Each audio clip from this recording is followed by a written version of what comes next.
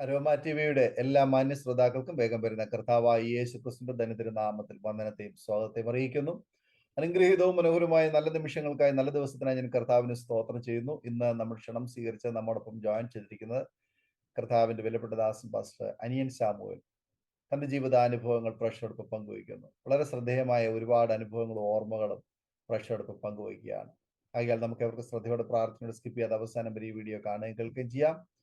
കർത്താവിന്റെ വേലയ്ക്ക് വേണ്ടി വളരെ ചെറുപ്പത്തിൽ തന്നെ വടക്കേ ഇന്ത്യയിലേക്ക് യാത്ര പുറപ്പെട്ട ദേവദാസൻ അഭിമുഖീകരിച്ച താൻ കടന്നുപോയ ഒരുപാട് നല്ല ഓർമ്മകൾ പ്രേക്ഷകർക്ക് പങ്കുവയ്ക്കുന്നു. ഈ സാക്ഷ്യം നിങ്ങൾ കേട്ട ശേഷം നിങ്ങളുടെ പ്രിയപ്പെട്ടവർക്ക് സുഹൃത്തുക്കൾ കൂടി ഷെയർ ചെയ്ത് കൊടുക്കാൻ മറക്കരുത്. നിങ്ങളുടെ വലിയൊരു അഭിപ്രായങ്ങളും നിർദ്ദേശങ്ങളും കമന്റ് ബോക്സിൽ രേഖപ്പെടുത്താവുന്നതാണ്. അതുപോലെ തന്നെ നിങ്ങൾക്കൊരു പ്രാർത്ഥനാ വിഷയമുണ്ട് ഞങ്ങളുമായി പങ്കുവയ്ക്കാൻ നിങ്ങൾ ആഗ്രഹിക്കുന്നുവെങ്കിൽ സ്ക്രീനിൽ കാണുന്ന വാട്സപ്പ് നമ്പറിൽ ഞങ്ങളെ അറിയിച്ചാൽ തീർച്ചയായിട്ടും ഞങ്ങൾ നിങ്ങൾക്ക് വേണ്ടി ആ വിഷയങ്ങൾക്ക് വേണ്ടി പ്രാർത്ഥിക്കുന്നു. എല്ലാ തിങ്കളാഴ്ചയും രാത്രി 8:30 മണി മുതൽ സാക്ഷ്യം പറഞ്ഞ പ്രിയപ്പെട്ടവരോടൊപ്പം പ്രാർത്ഥിക്കുവാൻ അവസരമുണ്ട്. നിങ്ങൾക്കും ആ ഓൺലൈൻ പ്രാർത്ഥന കൂട്ടായ്മയിൽ സംബന്ധിക്കാവുന്നതാണ്. നാം എല്ലാവരും ശ്രദ്ധയോടെ പ്രാർത്ഥനയോടെ ആയിരിക്കുമ്പോൾ കർത്താവിന്റെ വിലപ്പെട്ട ദാസൻ പാസ്റ്റർ അനിയൻ സാമുവേലിനെ തികഞ്ഞ സ്നേഹത്തോടും ആദരവോടും കൂടി അരോമ ടിവി പ്രേക്ഷകരോടൊപ്പം സമയം ചെലവഴിക്കുന്നതിനായിട്ട് ക്ഷണിച്ചു. കർത്താവായ യേശുക്രിസ്തുവിൻ്റെ ധന്യമുള്ള നാമത്തിൽ അരോമ ടിവിയുടെ എല്ലാ പ്രേക്ഷകർക്കും എൻ്റെ സ്നേഹവന്ദനങ്ങൾ അറിയിക്കുന്നു. പ്രത്യേകിച്ച് എന്നെ ഈ ടെസ്റ്റ് മണി പറയാൻ വേണ്ടി ക്ഷണിച്ച അരോമ ടിവിയുടെ ഡയറക്ടർ പാസ്റ്റർ ഡാനിയൽ ജോൺ അവരോടുള്ള പ്രത്യേകമായി നന്ദി അറിയിക്കുന്നു. അതുപോലെ എന്നെ ഈ ടി വിയിൽ ഇൻട്രൊഡ്യൂസ് ചെയ്തത് എൻ്റെ സ്നേഹിതൻ പാസ്റ്റർ ജോഷുവാണ്. അദ്ദേഹം ദീർഘവർഷങ്ങളായിട്ട് ബാംഗ്ലൂരിൽ കർത്താവിൻ്റെ വേല ചെയ്യുന്നു. ആ ദേവദാസനോടുമുള്ള പ്രത്യേകമായ നന്ദി ഈ അവസരം ഞാൻ അറിയിക്കുന്നു.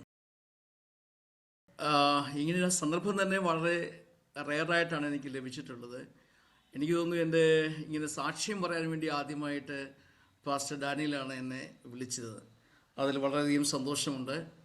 കഴിഞ്ഞ ദീർഘമായ വർഷങ്ങൾ ഞങ്ങൾ നോർത്ത് ഇന്ത്യയിൽ പ്രവർത്തിക്കുന്നത് കൊണ്ട് ഒത്തിരി ജീവിത അനുഭവങ്ങൾ നിങ്ങളുമായിട്ട് ഷെയർ ചെയ്യാൻ വേണ്ടിയുണ്ട്. പക്ഷേ നമ്മുടെ സമയങ്ങളെല്ലാം പരിമിതമാണ്. അതുകൊണ്ട് തന്നെ വളരെ ഷോർട്ടായിട്ട് ഏറ്റവും അത്യാവശ്യമായിട്ടുള്ള ചില കാര്യങ്ങൾ മാത്രം നിങ്ങളുമായിട്ട് ഷെയർ ചെയ്യുവാൻ വേണ്ടി കർത്താവ് ഞാൻ ആഗ്രഹിക്കുന്നു. അപ്പം ഞാൻ ജനിച്ച് വളർന്നത് പത്തനംതിട്ട ജില്ലയിൽ അടൂരിനടുത്ത് കൈതപ്പറമ്പ് എന്ന് പറഞ്ഞൊരു ചെറിയ ഗ്രാമത്തിലാണ്. അവിടെ ക്രൈസ്തവ മാതാപിതാക്കന്മാരാൽ, പ്രത്യേകിച്ച് എൻ്റെ മാതാപിതാക്കന്മാർ ദീർഘവർഷങ്ങളായി കർത്താവിൻ്റെ വേലയിലായിരുന്നു. ഞാൻ ജനിച്ച് കുറച്ച് നാൾ കഴിയുമ്പോൾ തന്നെ എൻ്റെ പിതാവിൻ്റെ ശുശ്രൂഷയാണ് ഞാൻ ആദ്യമായിട്ട് കാണുന്നത്. എന്ന് പറഞ്ഞാൽ എൻ്റെ ചെറുപ്രായത്തിൽ തന്നെ ആ ഒരു ആത്മീയ അന്തരീക്ഷത്തിൽ വളർന്നു വരുവാനുള്ള സാവകാശം ദൈവം എനിക്ക് ദാനമായിട്ട് നൽകി. അതിന് ജീവിതത്തിൻ്റെ വലിയൊരു വഴിത്തിരിവായിട്ട് തന്നെ മാറ്റപ്പെട്ടു. പിതാവ് ഒരു സുവിശേഷകൻ എന്ന നിലയിൽ അദ്ദേഹം എല്ലാ ആഴ്ചയിലും പരസ്യങ്ങൾ നടത്താറുണ്ടായിരുന്നു. അപ്പോൾ അമ്മയും എൻ്റെ അപ്പച്ചനും അതുപോലെ അദ്ദേഹത്തോട് കൂടെ സഹപ്രവർത്തകരായ കുറേ ആൾക്കാരൊക്കെ ചേർന്ന് ഞങ്ങളുടെ അടൂർ പ്രദേശങ്ങളിലുള്ള മിക്കവാറുമുള്ള എല്ലാ ഗ്രാമപ്രദേശങ്ങളിലും അതുപോലെ മറ്റുള്ള ഇടങ്ങളിലൊക്കെ, അതായത് കവലകളിലൊക്കെ പരസ്യയോഗം നടത്തുന്ന ഒരു പ്രധാനപ്പെട്ട ശുശ്രൂഷ നിർവഹിച്ചു വന്നു. അപ്പോൾ ആ സമയത്ത് ഞാനും എൻ്റെ പിതാവിനോട് ചേരും. അങ്ങനെ ആദ്യത്തെ ഒരു 10 മിനിറ്റ് സമയങ്ങൾ എനിക്ക് ശുശ്രൂഷിക്കാനുള്ള അവസരം, പരസ്യത്തിൽ പ്രസംഗിക്കാനുള്ള അവസരങ്ങൾ ലഭിക്കും. ആ ഒരു അവസരം എന്നെ വളരെയധികം സുവിശേഷ വേലയ്ക്ക് വേണ്ടി സജ്ജമാക്കി ഒരുക്കിയെടുത്തു എന്ന് പറയുന്നത് എനിക്ക് സന്തോഷമുണ്ട്. പിതാവിനോട് ചേർന്ന് അനേക കവലകളിൽ എനിക്ക് പ്രസംഗിക്കാൻ അവസരം ലഭിച്ചു. അങ്ങനെ പ്രസംഗിക്കുമ്പം അന്നെനിക്ക് ഒത്തിരി വാചാലമായിട്ടൊന്നും പ്രസംഗിക്കാൻ അറിയത്തില്ല. അപ്പോൾ അന്ന് കൂടുതലും വേദപുസ്തകത്തിലെ വാക്യങ്ങളാണ് ഞാൻ പ്രസംഗിക്കുന്നത്. വാക്യങ്ങൾ വിളിച്ചു പറയുക എന്നുള്ളതാണ്. അപ്പോൾ ആദ്യത്തെ ഒരു 10 മിനിറ്റ് എന്നെ ഒരു ഡെസ്കിൻ്റെ മുകളിൽ കയറി നിർത്തി പ്രസംഗിപ്പിക്കും. അപ്പോൾ ഇതൊരു ശീലമായതുകൊണ്ട് ഞാൻ എൻ്റെ സ്കൂളിലും അതുപോലെ തന്നെ സുവിശേഷ പ്രസംഗം നടത്തിയിരുന്നു. അതായത് ഞാൻ ഒരു 3-4 ക്ലാസ്സുകളിലൊക്കെ പഠിക്കുന്ന സമയത്ത് തന്നെ ഞാൻ പഠിച്ച എൻ്റെ വിദ്യാലയത്തിലെ അവിടുത്തെ പിയൂൺ എൻ്റെ ഒരു റിലേറ്റീവാണ്. അദ്ദേഹം ഇപ്പോൾ മരിച്ചുപോയി. അദ്ദേഹത്തിൻ്റെ വീട്ടിൽ വെച്ച് എല്ലാ ദിവസവും ഉച്ചയ്ക്ക് ഒരു മീറ്റിംഗ് ഞങ്ങൾ നടത്തും. ഞങ്ങൾ കുട്ടികളാണ്. ഇപ്പോൾ എന്നോട് കൂടെ കുറച്ച് വേറെ കുട്ടികളുണ്ട്. പ്രസംഗിക്കുന്നത് ഏറ്റുപറയുന്ന, അന്നത്തെ കാലം എന്ന് പറഞ്ഞാൽ ഏറ്റുപറയുന്ന ഒരു സമയമാണ്. അപ്പോൾ അങ്ങനെ ഞാൻ പ്രസംഗിക്കും, വേറെ നമ്മുടെ ഒരു കുട്ടി, എൻ്റെ ഒരു കൂട്ടുകാരൻ അത് ഏറ്റു പറയും. അപ്പം ഞങ്ങളുടെ പിയൂണിൻ്റെ വീട്ടിൽ വെച്ച് എല്ലാ ദിവസവും ഉച്ചയ്ക്ക് ഊണ് കഴിഞ്ഞിട്ടുള്ള സമയങ്ങൾ ഞങ്ങൾ കുറച്ച് സമയം, ഒരു അരമണിക്കൂറോളം പ്രാർത്ഥന നടത്തും. അപ്പോൾ 1-2 പാട്ട് പാടും, അതുപോലെ ഞാൻ പ്രസംഗിക്കും. പ്രസംഗിച്ചതിന് ശേഷമായിട്ട് ഇങ്ങനെ കുട്ടികളൊക്കെ ഇരിക്കുമ്പോൾ അവിടെയൊക്കെ തലയിൽ കൈവച്ച് പ്രാർത്ഥിക്കുകയൊക്കെ ചെയ്യുന്ന അനുഭവങ്ങൾ ഉണ്ടായിട്ടുണ്ട്. അത് ഇങ്ങനെ കണ്ടിന്യൂസ് ആയപ്പം ഞങ്ങളുടെ പല അധ്യാപകരും സഹോദരി, അതായത് സ്ത്രീകളായിട്ടുള്ള അധ്യാപകർ പലരും അവിടെ കടന്നു വരികയും ആ മീറ്റിങ്ങിൽ സംബന്ധിക്കുകയും അവരെനിക്ക് ഒത്തിരി അധികമായിട്ട് പ്രോത്സാഹനം നൽകുകയും ചെയ്തു. അന്ന് ഞങ്ങളുടെ ഹെഡ് മാസ്റ്റർ ആയിരുന്നത് ഒരു നായർ വിഭാഗത്തിൽപ്പെട്ട ഒരു സാറാണ്. അപ്പോൾ അദ്ദേഹത്തിന് ഇത് ഭയങ്കരമായിട്ട് ഇഷ്ടപ്പെട്ടു. അപ്പോൾ ആ വർഷം അവിടെ നടന്ന കലോത്സവത്തിൽ എന്നെയും എൻ്റെ കൂടെ ഏറ്റുപറയുന്നതായ ആ സഹോദരനെയും കൂടെ, അതായത് കുട്ടിയും കൂടെ കലോത്സവത്തിൽ പ്രസംഗിപ്പിക്കുകയാണ്. അന്ന് എനിക്ക് ബൈബിൾ നേരെ പിടിക്കാൻ പോലും അറിയത്തില്ല. പക്ഷേ ഞാനിങ്ങനെ ബൈബിളൊക്കെ പിടിച്ച് എന്നെ യൂണിഫോം ഒക്കെ, ഒരു ജുബായും മുണ്ടും കൊടയൊക്കെ പിടിപ്പിച്ച് ആ സ്റ്റേജിൽ കയറ്റി നിർത്തി പ്രസംഗിപ്പിച്ചു. ഇങ്ങനെയൊക്കെയാണ് എൻ്റെ ആരംഭ കാലഘട്ടം എന്ന് പറയുന്നത്. അപ്പോൾ എൻ്റെ ബാല്യകാലത്തിൽ തന്നെ എനിക്ക് ഏറ്റവും അധികം ഇങ്ങനെ ഇഷ്ടപ്പെട്ടിരുന്നത് എന്നെ എല്ലാവരും ഉപദേശി എന്ന് വിളിക്കണമെന്നായിരുന്നു. അപ്പോൾ ആരെങ്കിലും എന്നെ ഉപദേശി എന്ന് വിളിക്കുമ്പോൾ എനിക്കൊരു ഭയങ്കര ഒരു സന്തോഷമാണ് ഉണ്ടായിരുന്നത്. അപ്പോൾ എല്ലാവരും എന്നെ കൊച്ചുപദേശി എന്ന് വിളിക്കും. എൻ്റെ അപ്പച്ചനൊരു പാസ്റ്ററാണ്. അപ്പം ഞാനിങ്ങനെ സുശേഷയിൽ വന്നതുകൊണ്ട് തന്നെ അത് ചെറുപ്പം മുതലേ ഇങ്ങനെ പ്രസംഗിക്കുകയൊക്കെ ചെയ്യുന്നത് കൊണ്ട് എല്ലാവരും എന്നെ കൊച്ചുപദേശി എന്ന് വിളിക്കാൻ തുടങ്ങി. അങ്ങനെ എൻ്റെ പഠനകാലം വളരെ കൃത്യമായിട്ട് തന്നെ സുവിശേഷ വേലയ്ക്ക് വേണ്ടി പ്രയോജനപ്പെടുത്തുവാൻ എനിക്കിടയായി.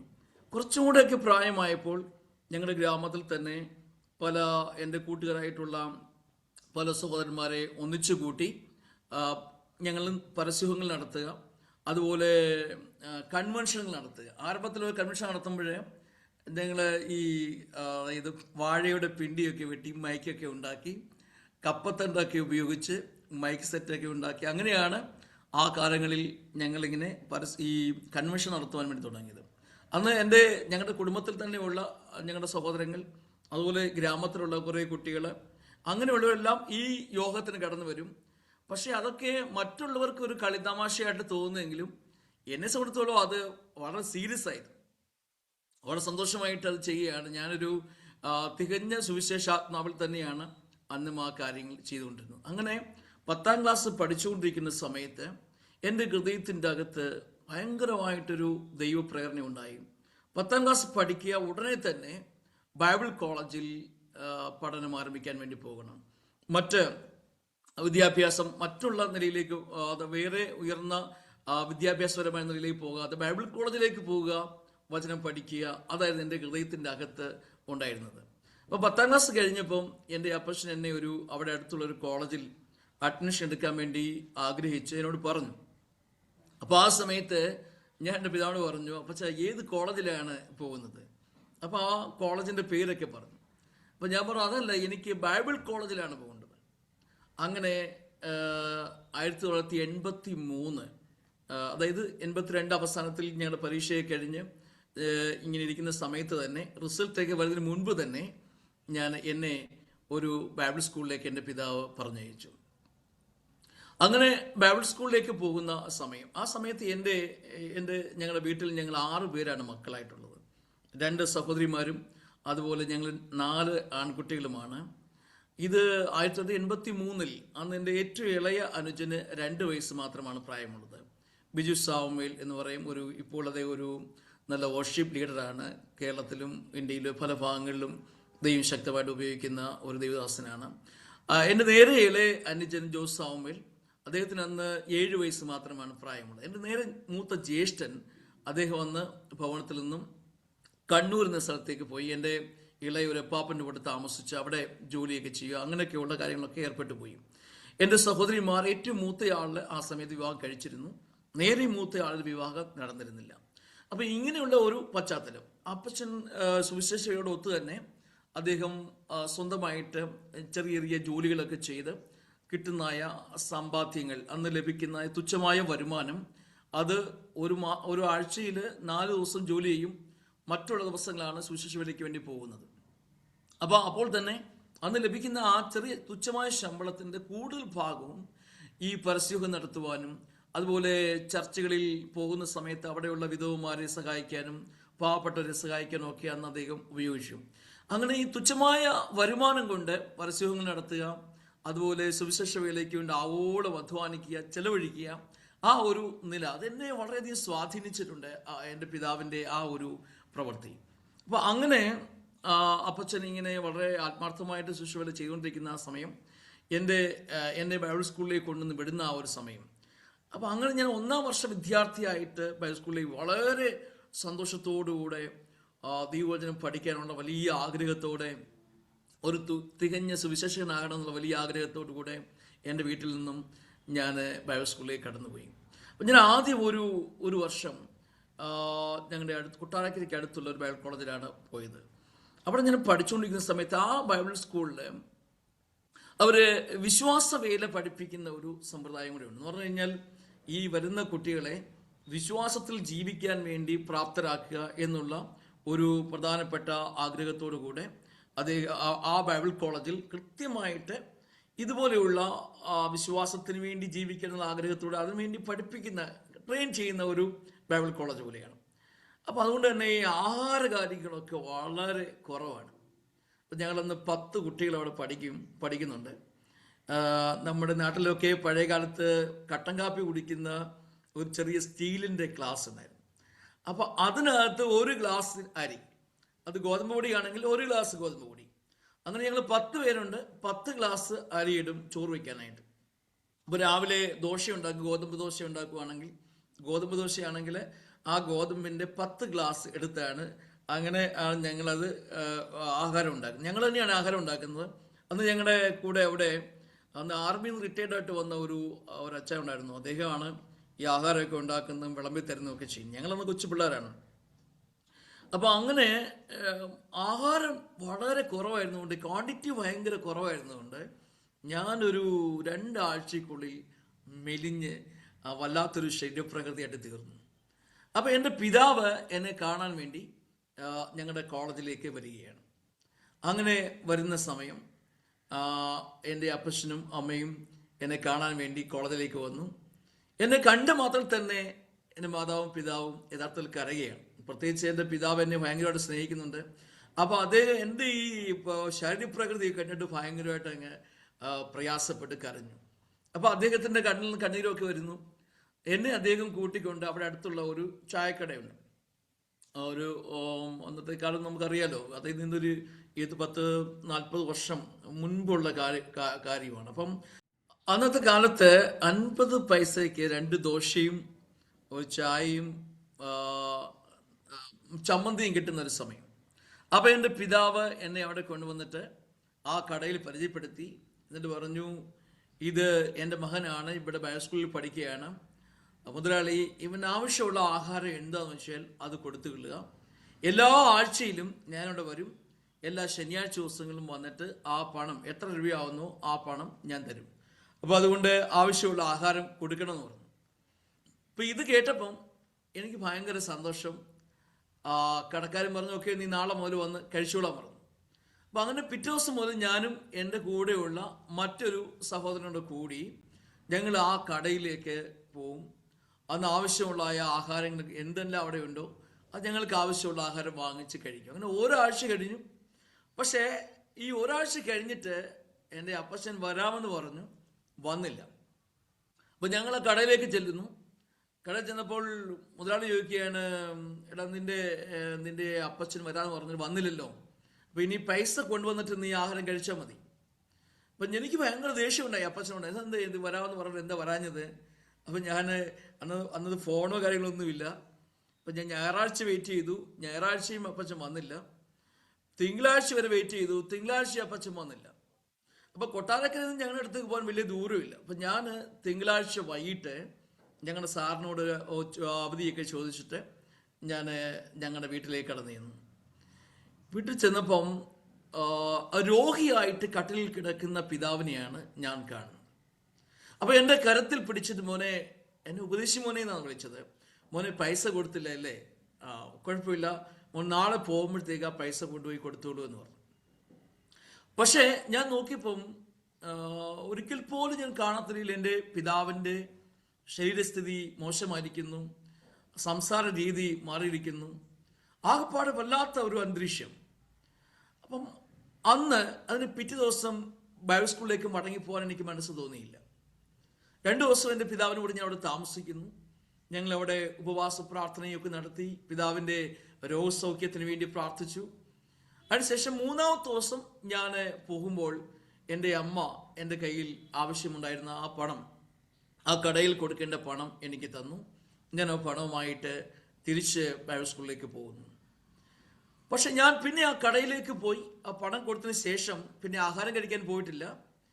ഒരാഴ്ചയോടെ ഞാൻ വെയിറ്റ് ചെയ്തിട്ടും പിതാവിൻ്റെ മറ്റു വിവരങ്ങളൊന്നും അറിയുന്നില്ല. അടുത്ത തിങ്കളാഴ്ചയാണെന്ന് എനിക്ക് എൻ്റെ ഓർമ്മ. തിങ്കളാഴ്ച തിരിച്ച് ഞാൻ വീണ്ടും ഭവനത്തിലേക്ക് ചെല്ലുമ്പോൾ രോഗം മൂർച്ഛിച്ച അവസ്ഥയിൽ എൻ്റെ പിതാവ് ഇങ്ങനെയായിരിക്കുകയാണ്. അപ്പോൾ അന്ന് ഈ രോഗം മൂർച്ഛിക്കുമ്പോൾ അദ്ദേഹം പറഞ്ഞു, ഒരു പക്ഷെ ഞാൻ ഇനി ജീവനോടെ ഉണ്ടാകാൻ സാധ്യതയില്ല. ഇതെൻ്റെ അവസാന ഒരു കാലഘട്ടമായിരിക്കാം. ഒരു പക്ഷെ ഞാൻ ഈ ലോകത്തിൽ മാറ്റപ്പെടുവാണെങ്കിൽ മോന് ഞാൻ അപ്പച്ചൻ ചെയ്തുകൊണ്ട് വന്ന വേല നിർവറിയായിട്ട് അത് നിർവഹിക്കണം. അന്ന് അദ്ദേഹത്തിൻ്റെ ബൈബിളൊക്കെ എന്നെ കാണിച്ചു പറഞ്ഞു, മോന് ആ ബൈബിൾ എടുത്തുകൊള്ളണം, അങ്ങനെയൊക്കെ പറഞ്ഞു. പക്ഷെ അന്നൊന്നും ഈ അപ്പച്ചൻ മരിക്കാൻ പോവുകയാണ് എന്നുള്ള ഒരു ചിന്ത മനസ്സുണ്ടായില്ല. പക്ഷെ അന്ന് അദ്ദേഹം ഒരു ഡേറ്റും ഒക്കെ പറഞ്ഞു, ആ ദിവസം വരെയും ആ ദിവസം നമ്മുടെ വീട്ടിലുള്ള എല്ലാവരെയും അവിടെ കൂട്ടേണ്ടതായിട്ടുണ്ട്, എല്ലാവരും വരണം, എല്ലാവരും ഒന്നിച്ച് പ്രാർത്ഥിക്കണം എന്നൊക്കെ പറഞ്ഞു. ചുരുക്കത്തിൽ പറഞ്ഞു കഴിഞ്ഞാൽ എൻ്റെ പിതാവ് പറഞ്ഞ അതേ ഡേറ്റ് രാത്രിയിൽ 12 മണിയാകുമ്പോൾ എൻ്റെ പിതാവ് ഈ ലോകത്തോട് യാത്ര പറയുകയാണ്. പക്ഷേ ആദ്യത്തെ ദിവസം എനിക്ക് ആ പണം തന്ന ദിവസം അപ്പച്ചൻ ഒരു വാക്കോടെ പറഞ്ഞിരുന്നു, ഇനി അപ്പച്ചൻ എഴുന്നേറ്റിന് ശേഷം മാത്രമേ മോന് അവിടെ ആ കടയിൽ പോയി ചായ കുടിക്കാവൂ, പണം കൊടുത്തതിന് ശേഷം മാത്രം കുടിച്ചാൽ മതി എന്ന അർത്ഥത്തിലാണ് അപ്പച്ചൻ പറഞ്ഞത്.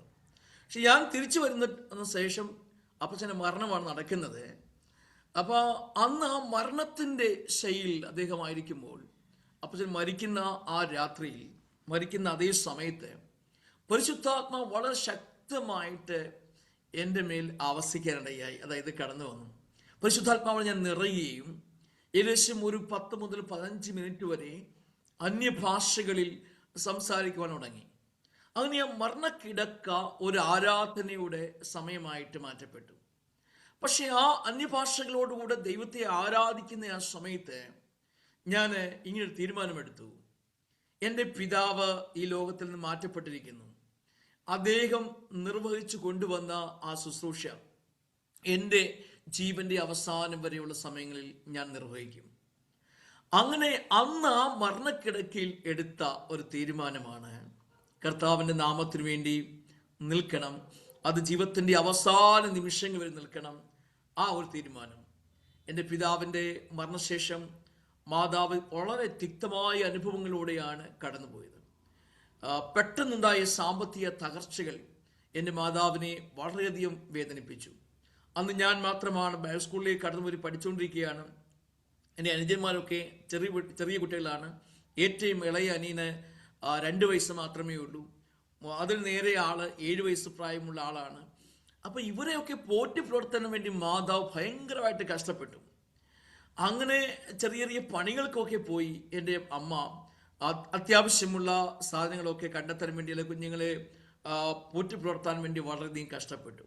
എന്നാൽ ദൈവത്തിൻ്റെ ഭയങ്കര വാഗ്ദത്തങ്ങൾ ഞങ്ങളുടെ കുടുംബത്തിൽ എൻ്റെ അമ്മയോടും ഒക്കെ ഉണ്ടായിരുന്നതുകൊണ്ട് അമ്മയുടെ ആ ഒരു ഒറ്റയ്ക്കുള്ള ജീവിത യാത്രയിൽ ശക്തമായിട്ട് ദൈവം അമ്മയെ പോറ്റി പുലർത്തി. കുഞ്ഞുങ്ങളെയൊക്കെ വേണ്ട വിധത്തിൽ വളരെ മനോഹരമായ നിലയിൽ സംരക്ഷിക്കുവാനും സൂക്ഷിക്കുവാനും ഒക്കെ മാതാവിനിടയായി. ഈ കഴിഞ്ഞ കുറച്ച് നാളിന് മുൻപാണ് അമ്മ മരിക്കുന്നത്. അന്ന് 86 വയസ്സുള്ള പ്രായത്തിലാണ് അമ്മ മരിക്കുന്നത്. അതുവരെയും എൻ്റെ മാതാവ് ഭയങ്കരമായിട്ട് ദൈവത്തെ സന്തോഷിച്ച് ജീവിക്കുവാൻ ഇടയായി. തുടർന്ന് അപ്പച്ചനൊക്കെ ചെയ്തുകൊണ്ടിരുന്ന അതായത് ശുശ്രൂഷ, പ്രത്യേകിച്ച് പരസ്യയോഗ ശുശ്രൂഷ, എൻ്റെ മാതാവ് നിറപടിയായിട്ട് മരണത്തിന് ഏകദേശം 2 വർഷം മുമ്പ് വരെ കൃത്യമായിട്ട് ചെയ്തു വന്നു. അതൊക്കെ ഞങ്ങളുടെ ജീവിതത്തിന് ഭയങ്കര സന്തോഷമായിട്ട് ഞങ്ങൾക്ക് വേണ്ടി ആത്മാർത്ഥമായിട്ട് എൻ്റെ മാതാവ് പ്രാർത്ഥിക്കുകയും ഒക്കെ ചെയ്തു. ഞാനങ്ങനെ 1-ാമത്തെ വർഷത്തിൻ്റെ എൻ്റെ പഠനത്തിൻ്റെ ആ സമയത്ത് തന്നെ ഉണ്ടായ ഈ ഒരു ബ്രേക്ക്, ഹൃദയത്തിലുണ്ടായ ഒരു ആഘാതം എൻ്റെ ജീവിതത്തെ വല്ലാതെ, എൻ്റെ പഠനത്തെയൊക്കെ വല്ലാതെ ബാധിച്ചെങ്കിലും പഠനത്തിൽ പിന്മാറുവാൻ ഞാൻ തീരുമാനിച്ചില്ല. എൻ്റെ ആ ഒരു വർഷത്തെ പഠനശേഷം കോട്ടയത്തുള്ള ടാബർനാക്കിൾ ബൈബിൾ കോളേജിലേക്ക് കർത്താവ് എന്നെ അയച്ചു.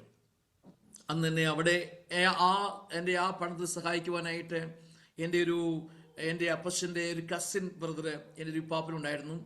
അദ്ദേഹം അന്ന് അവിടെ ഒരു ചർച്ചിൻ്റെ പാസ്റ്ററായിട്ട് സേവനം അനുഷ്ഠിക്കുകയാണ്. അങ്ങനെ അദ്ദേഹത്തിൻ്റെ കെയർ ഓഫിൽ ടാബർനാക്കിളുള്ള ബൈബിൾ കോളേജിലേക്ക് കടന്നു പോകുവാനും ദൈവവചനം പഠിക്കുവാനും എനിക്ക് ദൈവം സാവകാശം ഒരുക്കി.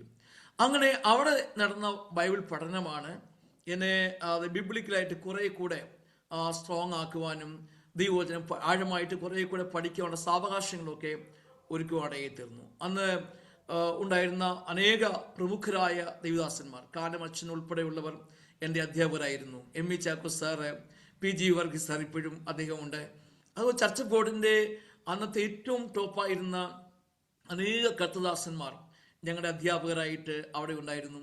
അവരുടെ ശിക്ഷണത്തിൽ എനിക്ക് ദൈവജനം പഠിക്കുവാൻ, അഭ്യസിക്കുവാൻ ദൈവം സാവകാശം ഒരുക്കും. അങ്ങനെ ഞാൻ അവിടെ 2ാം വർഷ വിദ്യാർത്ഥിയായിട്ട് പഠിച്ചുകൊണ്ടിരിക്കുന്ന കാലഘട്ടത്തിൽ ഞങ്ങളുടെ ചാപ്പലിലേക്ക് ഒരു ദൈവദാസൻ കെ എബ്രഹാം, ചർച്ച് ഓഫ് ഗോഡിൻ്റെ അന്നത്തെ ഇവാഞ്ചലിസം ഡയറക്ടറായിരുന്ന എബ്രഹാം പാസ്റ്റർ അവിടെ കടന്നു വന്നു. അദ്ദേഹം ദീർഘവർഷങ്ങൾ നോർത്ത് ഇന്ത്യയിൽ കർത്താവിന് വേണ്ടി പ്രവർത്തിച്ചിരുന്ന ഒരു ദൈവദാസനാണ്. അപ്പോൾ അദ്ദേഹം ആ ചാപ്പലിൽ വന്ന് ഞങ്ങൾക്ക് ആവശ്യമായിരിക്കുന്ന ഒരു സന്ദേശം അദ്ദേഹം നൽകി. ഒരു മിഷൻ ചലഞ്ച് സന്ദേശമായിരുന്നു അവിടെ അദ്ദേഹം ചെയ്യുന്നത്.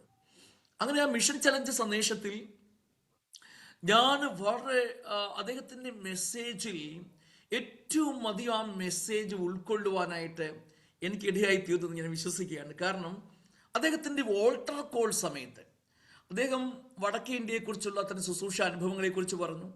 വടക്കേ ഇന്ത്യയിലെ ശുശ്രൂഷയുടെ ആവശ്യകതകളെക്കുറിച്ച് പറഞ്ഞു. അപ്പം ആരുണ്ട് വടക്കേ ഇന്ത്യയിലേക്ക് പോകുവാൻ?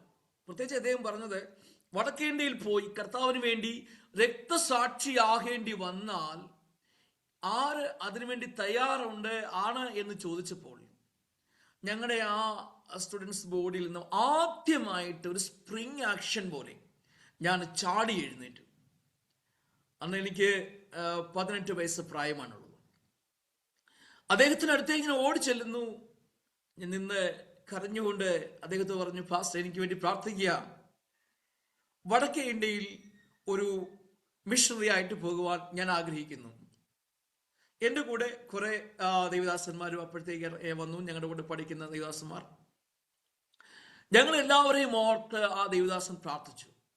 അദ്ദേഹത്തിന്റെ കരങ്ങൾ ഞങ്ങളുടെ ശിരസിന്മേൽ വെച്ച് ശക്തമായിട്ട് ഞങ്ങളെ പ്രാർത്ഥിച്ചു, അനുഗ്രഹിച്ചു.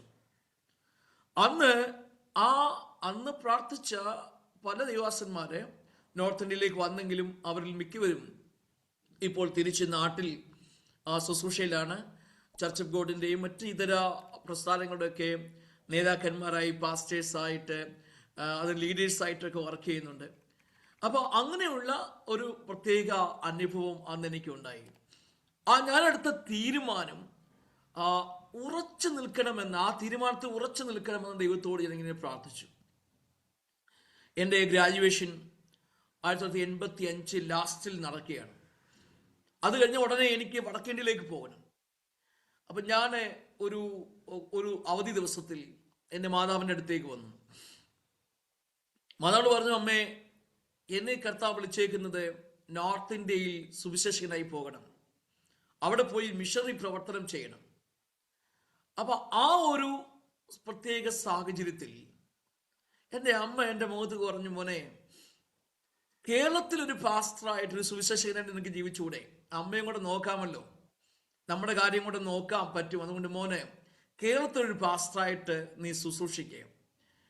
വടക്കേ ഇന്ത്യയിൽ ഭയങ്കര കഷ്ടപ്പാടാണ്, ഒരു പക്ഷേ മരണം വരെ സംഭവിക്കാൻ സാധ്യതയുണ്ട്.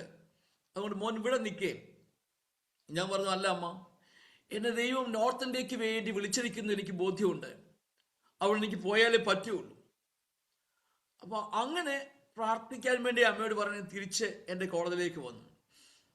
എന്നിട്ട് ഞാൻ നോർത്ത് ഇന്ത്യയിൽ ഇനി എവിടെയാണ് പോകേണ്ടത് അങ്ങനെ പലരോടും അന്വേഷിച്ചപ്പോൾ അന്ന് ഗുഡ് ന്യൂസിൽ ഒരു പരസ്യം കണ്ടു. പെനിയൽ ഗോസ്പൽ ടീം, അതായത് നമ്മുടെ north east India, west Bengal കേന്ദ്രീകരിച്ച് പ്രവർത്തിക്കുന്ന പെനിയിൽ ഗോസ്ബൽ ടീം, പാസ്റ്റർ മാമൻ ജോസഫിന്റെ ടീമാണ്. അപ്പൊ അവിടേക്ക് സുവിശേഷന്മാരെ ആവശ്യമുണ്ട് എന്നൊരു ഹെഡിങ് ഞാൻ കണ്ടു. അപ്പൊ ആ പരസ്യം കണ്ടിട്ട് ഉടനെ ഞാൻ കത്തെഴുതി, മാമച്ചാന് കത്തെഴുതി പറഞ്ഞു, പാസ്റ്റർ ഞാൻ ഇങ്ങനെ എൻ്റെ പേര് അനീൻ സാമുവൽ എന്നാണ്, ഞാൻ ഇന്ന കോളേജിൽ പഠിക്കുന്നു, എനിക്ക് പഠനം കഴിഞ്ഞ ശേഷം ഉടനെ തന്നെ പഠിക്കാൻ, അത് പ്രവർത്തിക്കാൻ വേണ്ടി, മിഷണറിയായിട്ട് പ്രവർത്തിക്കാൻ നോർത്ത് ഇന്ത്യയിലേക്ക് വരണം, അതിന് പാസ്റ്റർ ആ ടീമിലേക്ക് എന്നെ വിളിക്കണമെന്ന് പറഞ്ഞ് ഞാൻ കത്തെഴുതി. 2 ആഴ്ച കഴിഞ്ഞപ്പോൾ എനിക്ക് അതിൻ്റെ മറുപടി ലഭിച്ചു, തീർച്ചയായിട്ടും ഇവിടേക്ക് വരാം, സ്വാഗതം. അങ്ങനെ വെസ്റ്റ് ബംഗാളിലേക്ക് പോകാനുള്ള ഒരു വലിയ ആഗ്രഹം എൻ്റെ മനസ്സിലേക്ക് വന്നു. കുറച്ച് ദിവസം കഴിയുമ്പോൾ ഞങ്ങൾ ഗ്രാജുവേഷനാണ്. ഗ്രാജുവേഷന് കഴിഞ്ഞ് ഞാൻ എൻ്റെ വീട്ടിലേക്ക് വന്നു. അമ്മയോട് പറഞ്ഞു, അമ്മേ എനിക്ക് നോർത്ത് ഇന്ത്യയിൽ പോകണം, അപ്പോൾ അതിന് എന്താണ് ചെയ്യേണ്ടത്? അപ്പം അന്ന് എൻ്റെ അറിവിൽ ഞാൻ അന്ന് ചെങ്ങന്നൂരിൽ നിന്ന് ട്രെയിൻ കയറിയാൽ ഗോഹട്ടി വരെ പോകണം. എന്നാൽ ഗോഹട്ടി എനിക്ക് ഇറങ്ങേണ്ട NJP ന്യൂ ജൽപായ്ഗുരിയിലാണ് ഇറങ്ങേണ്ടത്. അവിടെ ഇറങ്ങാനായിട്ട് എനിക്ക് 200 രൂപയുടെ ആവശ്യമുണ്ട്, ട്രെയിൻ ടിക്കറ്റ്. അപ്പം ട്രെയിൻ ടിക്കറ്റിന് വേണ്ടി 200 രൂപ ആവശ്യമുണ്ട്. എൻ്റെ അമ്മയോട് ഞാൻ പറഞ്ഞു, അമ്മ എനിക്ക് 200 രൂപ വേണം, 200 രൂപ ഉണ്ടെങ്കിൽ എനിക്ക് അവിടെ എത്താൻ പറ്റുകയുള്ളൂ. അമ്മ പറഞ്ഞു, മോനെ 200 രൂപ പോയിട്ട് 200 പൈസ അമ്മയുടെ കയ്യിലില്ല. പക്ഷേ നിന്നെ അയക്കുന്നത് ദൈവത്തിൻ്റെ ഇഷ്ടമാണെങ്കിൽ, ദൈവത്തിന് ആഗ്രഹമാണെങ്കിൽ ദൈവം അതിനുവേണ്ടിയുള്ള വഴികൾ തുറക്കും, നിന്റെ പണം കർത്താവ് തരും, അതിനുവേണ്ടി നീ പ്രാർത്ഥിക്കുക, ദൈവഹിതമാണെങ്കിൽ മോൻ പോകും എന്ന് പറഞ്ഞു. അങ്ങനെ ഞാനിങ്ങനെ ആകാംക്ഷയോട് കാത്തിരിക്കുകയാണ്, എപ്പോഴാണ് ഈ 200 രൂപ എനിക്ക് ലഭിക്കുന്നത്, ആരാണ് 200 രൂപ തരുന്നത്? ഞാൻ അന്ന് ഇങ്ങനെ ഞങ്ങളുടെ ചർച്ചിൻ്റെ പാസ്റ്ററിനോട് കാര്യങ്ങളൊക്കെ പറഞ്ഞു, അദ്ദേഹം ഞങ്ങൾക്ക് വേണ്ടി പ്രാർത്ഥിക്കുന്നുണ്ട്.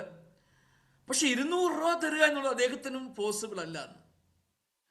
അപ്പം ഞങ്ങളുടെ ചർച്ചിൽ, ഞാൻ നാട്ടിൽ കൈതപ്പറമ്പിലുള്ള ഷാരോൺ ഫെലോഷിപ്പ് ചർച്ചിലാണ് ഞങ്ങൾ കൂടുന്നത്, ഞങ്ങളുടെ മാതൃ ചർച്ച അതാണ്. അപ്പം ഞാൻ അങ്ങനെ ഞങ്ങളുടെ സഭയിലേക്ക് അന്ന് കടന്നു പോകുന്നു. അതുകൊണ്ട് ഉപവാസ പ്രാർത്ഥന നടക്കുകയാണ്. ഞങ്ങളുടെ പാസ്റ്റർ അന്ന് എനിക്ക് അല്പസമയം പ്രസംഗിക്കാൻ വേണ്ടി ഉപവാസ പ്രാർത്ഥന സമയം തന്നു.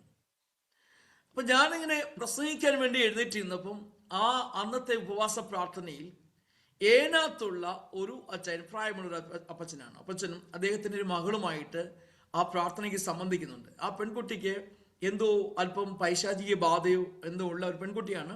അപ്പം അത് പ്രാർത്ഥിക്കാൻ വേണ്ടി വന്നതാണ്. അപ്പം ഞാൻ അവിടെ പ്രസംഗിച്ചു. ആ പ്രസംഗം ഈ അപ്പച്ചനെ വളരെയധികം ശക്തമായിട്ട് സ്പർശിച്ചു. അദ്ദേഹം ഒരു എക്സ് സർവീസ്മാനാണ്, പട്ടാളത്തിൽ ജോലി ചെയ്ത് വിരമിച്ചിട്ട് ഇപ്പോൾ വിശ്രമ ജീവിതം നയിക്കുന്നതായ ഒരു അപ്പച്ചനാണ്. അപ്പോൾ അദ്ദേഹത്തിന് എന്നോട് പ്രത്യേകമായ സ്നേഹം എങ്ങനെ ദൈവം അദ്ദേഹത്തിൻ്റെ ഹൃദയത്തിൽ കൊടുത്തു. അപ്പോൾ ആ യോഗം കഴിഞ്ഞ് അദ്ദേഹം തിരിച്ചു പോകുമ്പോൾ സമയത്ത് ഞങ്ങളുടെ പാസ്റ്റർ പറഞ്ഞു, പാസ്റ്റർ ആ മോന് ആരാണ്, ഇന്ന് ആരാണ് പ്രസംഗിച്ചത്, അത് എവിടെയാണ് അവൻ താമസിക്കുന്നത്, ഏത് വീട്ടിലെയാണ്? അപ്പോൾ എൻ്റെ പാസ്റ്റർ അദ്ദേഹത്തോട് കാര്യങ്ങളൊക്കെ പറഞ്ഞ് മനസ്സിലാക്കി. അപ്പോൾ പാസ്റ്ററോട് അദ്ദേഹം പറഞ്ഞിട്ട് പോയി, ആ മോനോട് ഇന്ന് വൈകിട്ട് വീട്ടിൽ വരാൻ വേണ്ടി പറയണം, എനിക്ക് അവനൊരു ചെറിയ ഒരു ഗിഫ്റ്റ് കൊടുക്കാൻ ആഗ്രഹമുണ്ട്. അപ്പം ഞാൻ തിരിച്ചെൻ്റെ പാസ്റ്റർ അടുത്ത് വരുന്ന സമയത്ത് എൻ്റെ പാസ്റ്ററിനോട് പറഞ്ഞു, മോനോടാ നിന്റെ കാര്യം ഇന്ന് വന്ന അപ്പച്ചൻ പറഞ്ഞിരുന്നു, ഏനകത്ത് മെതുമേ എന്ന് പറയുന്ന സ്ഥലമുണ്ട്, അതിനടുത്തൊരു സ്ഥലത്താണ് അപ്പച്ചൻ താമസിക്കുന്നത്, അപ്പം നീ അവിടേക്ക് പോകണം, അപ്പച്ചൻ വീട്ടിൽ എത്തണമെന്ന് പറഞ്ഞു. അങ്ങനെ ആ ലൊക്കേഷനൊക്കെ പറഞ്ഞു തന്നു. അങ്ങനെ ഞാൻ ഞങ്ങളുടെ വീട്ടിൽ സൈക്കിളൊക്കെ എടുത്തുകൊണ്ട് ആ അച്ഛനെ കാണാൻ വേണ്ടി മെതുമയിലേക്ക് എത്തുകയാണ്. അങ്ങനെ അദ്ദേഹത്തിന് അടുത്ത് ചെന്നു. അദ്ദേഹം എന്നെ ഭയങ്കര സന്തോഷത്തോടെ സ്വീകരിച്ച് വീട്ടിലിരുത്തി എനിക്ക് ചായയൊക്കെ തന്നു. വളരെ ആത്മാർത്ഥമായിട്ട് എന്നെ സ്വീകരിച്ച ശേഷം പറഞ്ഞു, മോനെ പ്രാർത്ഥിക്കുക. ഞാൻ പ്രാർത്ഥിച്ചു. തിരിച്ചു പോരുന്ന സമയത്ത് അദ്ദേഹം എൻ്റെ കയ്യിൽ ഒരു കൈമടക്ക് തന്നു. ഒരു ചെറിയ കവറിനകത്ത് ഇച്ചിരി പൈസ എന്നുണ്ട്. അപ്പം ഞാൻ ഈ പൈസ നോക്കുമ്പോൾ എക്സാക്ട്ലി 200 രൂപ ആ കവറിനകത്ത് അദ്ദേഹം എനിക്ക് തരികയാണ്.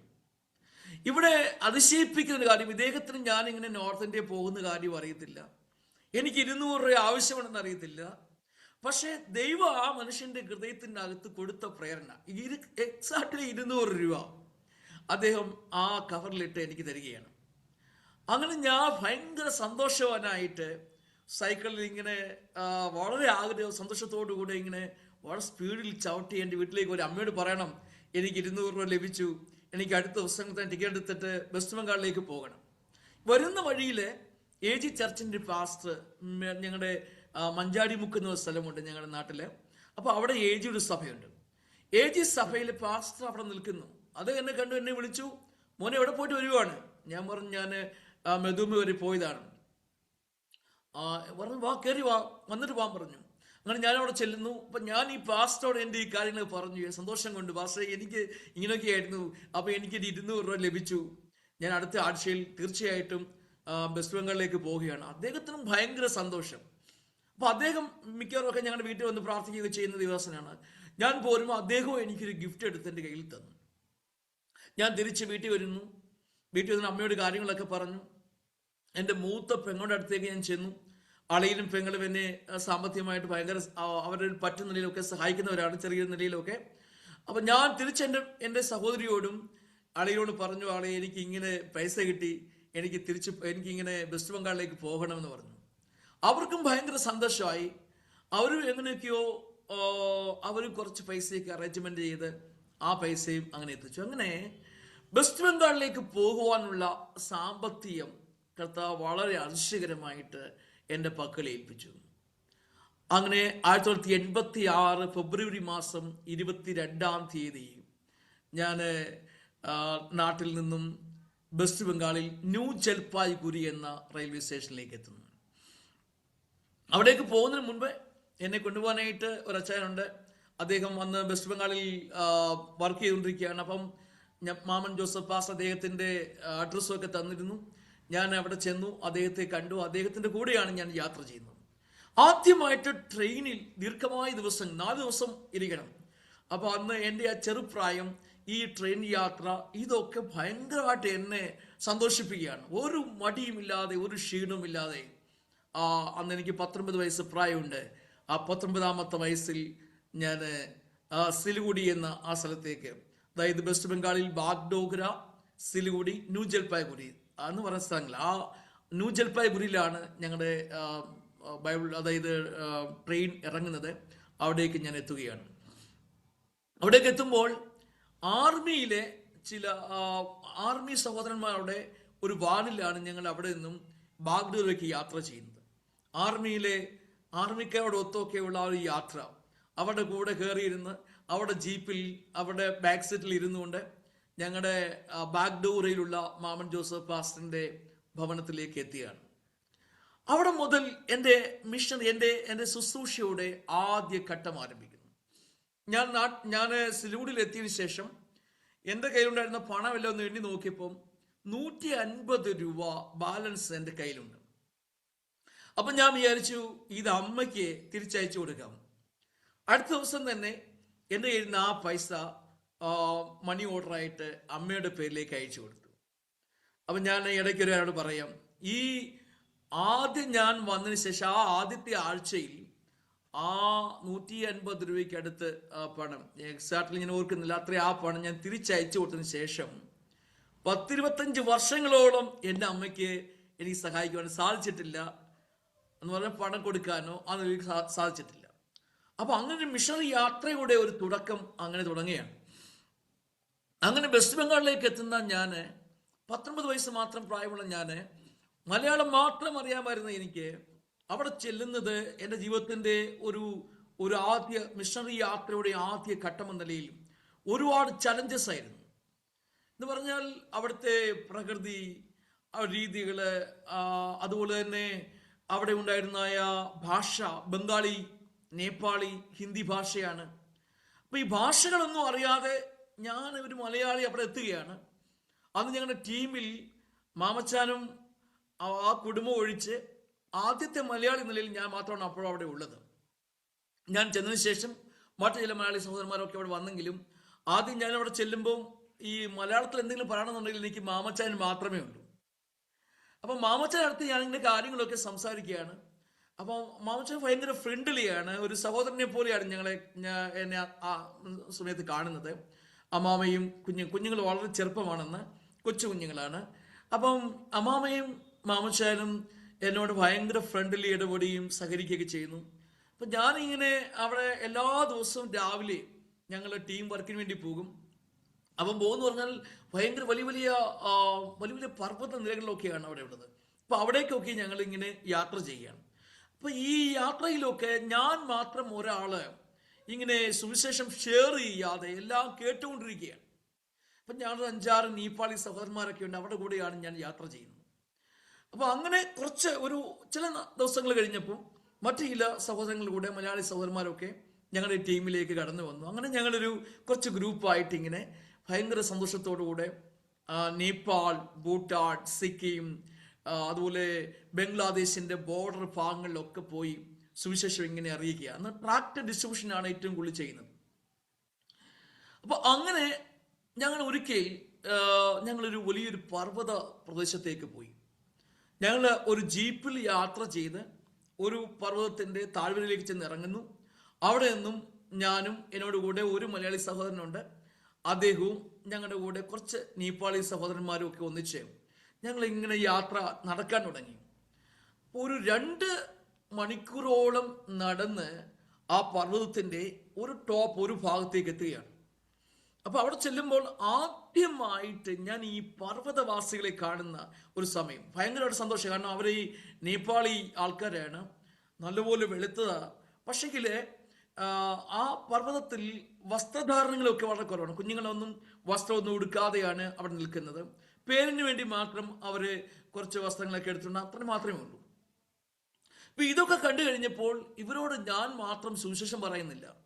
അന്ന് എന്നോട് കൂടെ വന്ന മലയാളി പാസ്റ്റർ ഏബ്രഹാം, അതായത് പാസ്റ്റർ ഏബ്രഹാം, ഇന്ന് അദ്ദേഹം അമേരിക്കയിലാണ്. അദ്ദേഹം ഭോപ്പാലിലൊക്കെ ജോലി ചെയ്തിട്ടുള്ള ഒരു മനുഷ്യനാണ്. അപ്പൊ അങ്ങനെ കുറച്ച് ഹിന്ദി അദ്ദേഹത്തിന് അറിയാം. അപ്പൊ അദ്ദേഹം അവർക്കവിടെ ഇങ്ങനെ സുവിശേഷം പറയുകയാണ്. അപ്പൊ ഞാനിങ്ങനെ ഏബ്രഹാമിന്റെ മുഖത്തേക്ക് നോക്കിയിരിക്കുകയാണ്. ഏബ്രഹാം, ഞാൻ എപ്പോഴാണ് ഈ ഹിന്ദിയിൽ സംസാരിക്കേണ്ടത്, എപ്പോഴാണ് എനിക്കൊരു അവസരം ലഭിക്കുന്നത്? അപ്പൊ ഞാൻ അദ്ദേഹത്തിന്റെ മുഖത്ത് ഇങ്ങനെ നോക്കിയിരിക്കുക, അദ്ദേഹം പറയുന്നതൊക്കെ ഇങ്ങനെ കേട്ടുകൊണ്ടിരിക്കുകയാണ്. അതുപോലെ മറ്റുള്ള ആൾക്കാരൊക്കെ സുവിശേഷം പറയുമ്പോൾ അവരുടെ മുഖത്തേക്ക് ഞാൻ നോക്കിയിരിക്കുകയാണ്, അവരെന്താണ് പറയുന്നത്, എനിക്കും അതുപോലെ പറയാൻ പറ്റുമോ? അങ്ങനെ ഏബ്രഹാം ജോസഫ് എന്നാണ് അദ്ദേഹത്തിന്റെ ഫുൾ പേര്. അദ്ദേഹം ഒരു മനുഷ്യനോട് സുവിശേഷം ഷെയർ ചെയ്യുകയാണ്. അദ്ദേഹത്തിന് ഒരു 6.5 അടി ഉയരെങ്കിലും ഉണ്ട്. നേപ്പാളിമാർ സാധാരണ നേപ്പാളികൾ അത്ര വെയിറ്റ് ഉള്ളവരല്ല. പക്ഷെ ഈ ഏബ്രഹാം സുവിശേഷം ഷെയർ ചെയ്യുന്ന ആ മനുഷ്യന് 6.5 അടിയോളം ഉയരമുണ്ട്. അതിന് തക്കതായിട്ടുള്ള വണ്ണമുള്ള അജാനുഭാവുവായ ഒരു മനുഷ്യൻ. അപ്പൊ അദ്ദേഹത്തോട് ഇങ്ങനെ സുവിശേഷം ഷെയർ ചെയ്യുകയാണ്. അപ്പൊ അവിടെ പഠിത്തമുള്ള ആൾക്കാർ വളരെ കുറവാണ്. എങ്കിലും ഞങ്ങളുടെ കയ്യിൽ ട്രാക്റ്റൊക്കെ ഉണ്ട്. ഞങ്ങൾ യേശുവിനെ കുറിച്ച് ഇങ്ങനെ ഷെയർ ചെയ്യുന്നു. അവിടെ സാമൂഹിക നിലപാടൊക്കെ വളരെ അധപ്പതിച്ചാണ്. അവിടെ മദ്യപാനം, മറ്റ് വിവിധമായ കാര്യങ്ങളൊക്കെ ഉള്ള ഒരു ഏരിയയാണ്. അപ്പൊ അതേക്കുറിച്ചൊക്കെ ഏബ്രഹാം ഇങ്ങനെ വാചാലകനാകുകയാണ്. അദ്ദേഹത്തോട് ഇങ്ങനെ സുവിശേഷം പറയുകയാണ്. അപ്പൊ എൻ്റെ ഹൃദയത്തിൻ്റെ അകത്ത് ഭയങ്കര ആഗ്രഹം, കർത്താവേ, ഞാൻ ഈ ദേശത്തേക്ക് വന്നെങ്കിൽ ഹിന്ദി പഠിക്കാൻ അവർ നിന്നെ സഹായിക്കണം. എനിക്ക് കൃത്യമായി നല്ല നിലയിൽ സുവിശേഷം ഷെയർ ചെയ്യുവാൻ എന്നെ സഹായിക്കണം. ഞാൻ എൻ്റെ ആത്മാർത്ഥമായിട്ട് ഇങ്ങനെ പ്രാർത്ഥിക്കുകയാണ്. അങ്ങനെ ആ മനുഷ്യനോട് ഇദ്ദേഹം സുവിശേഷമൊക്കെ പറഞ്ഞിട്ട് ഞങ്ങൾ അവിടെ നിന്ന് കുറച്ചുകൂടെ ഉയരത്തിലേക്ക് പോകുന്നു. അല്പമൊക്കെ വൃത്തിയുള്ള ഒരു വീട് ഞങ്ങൾ കാണുന്നു. ആ വീടിന്റെ തിണ്ണയിൽ വരാന്തയിലിരുന്ന് ആഹാരം കഴിക്കാൻ വേണ്ടി, അതായത് ഞങ്ങളുടെ കയ്യിൽ ബൂരി സബ്ജി, വെജിറ്റബിൾ ആയിട്ട് ഞങ്ങൾ കൊണ്ടുപോയിട്ടുള്ള സബ്ജി കറികളൊക്കെ ഉണ്ട്.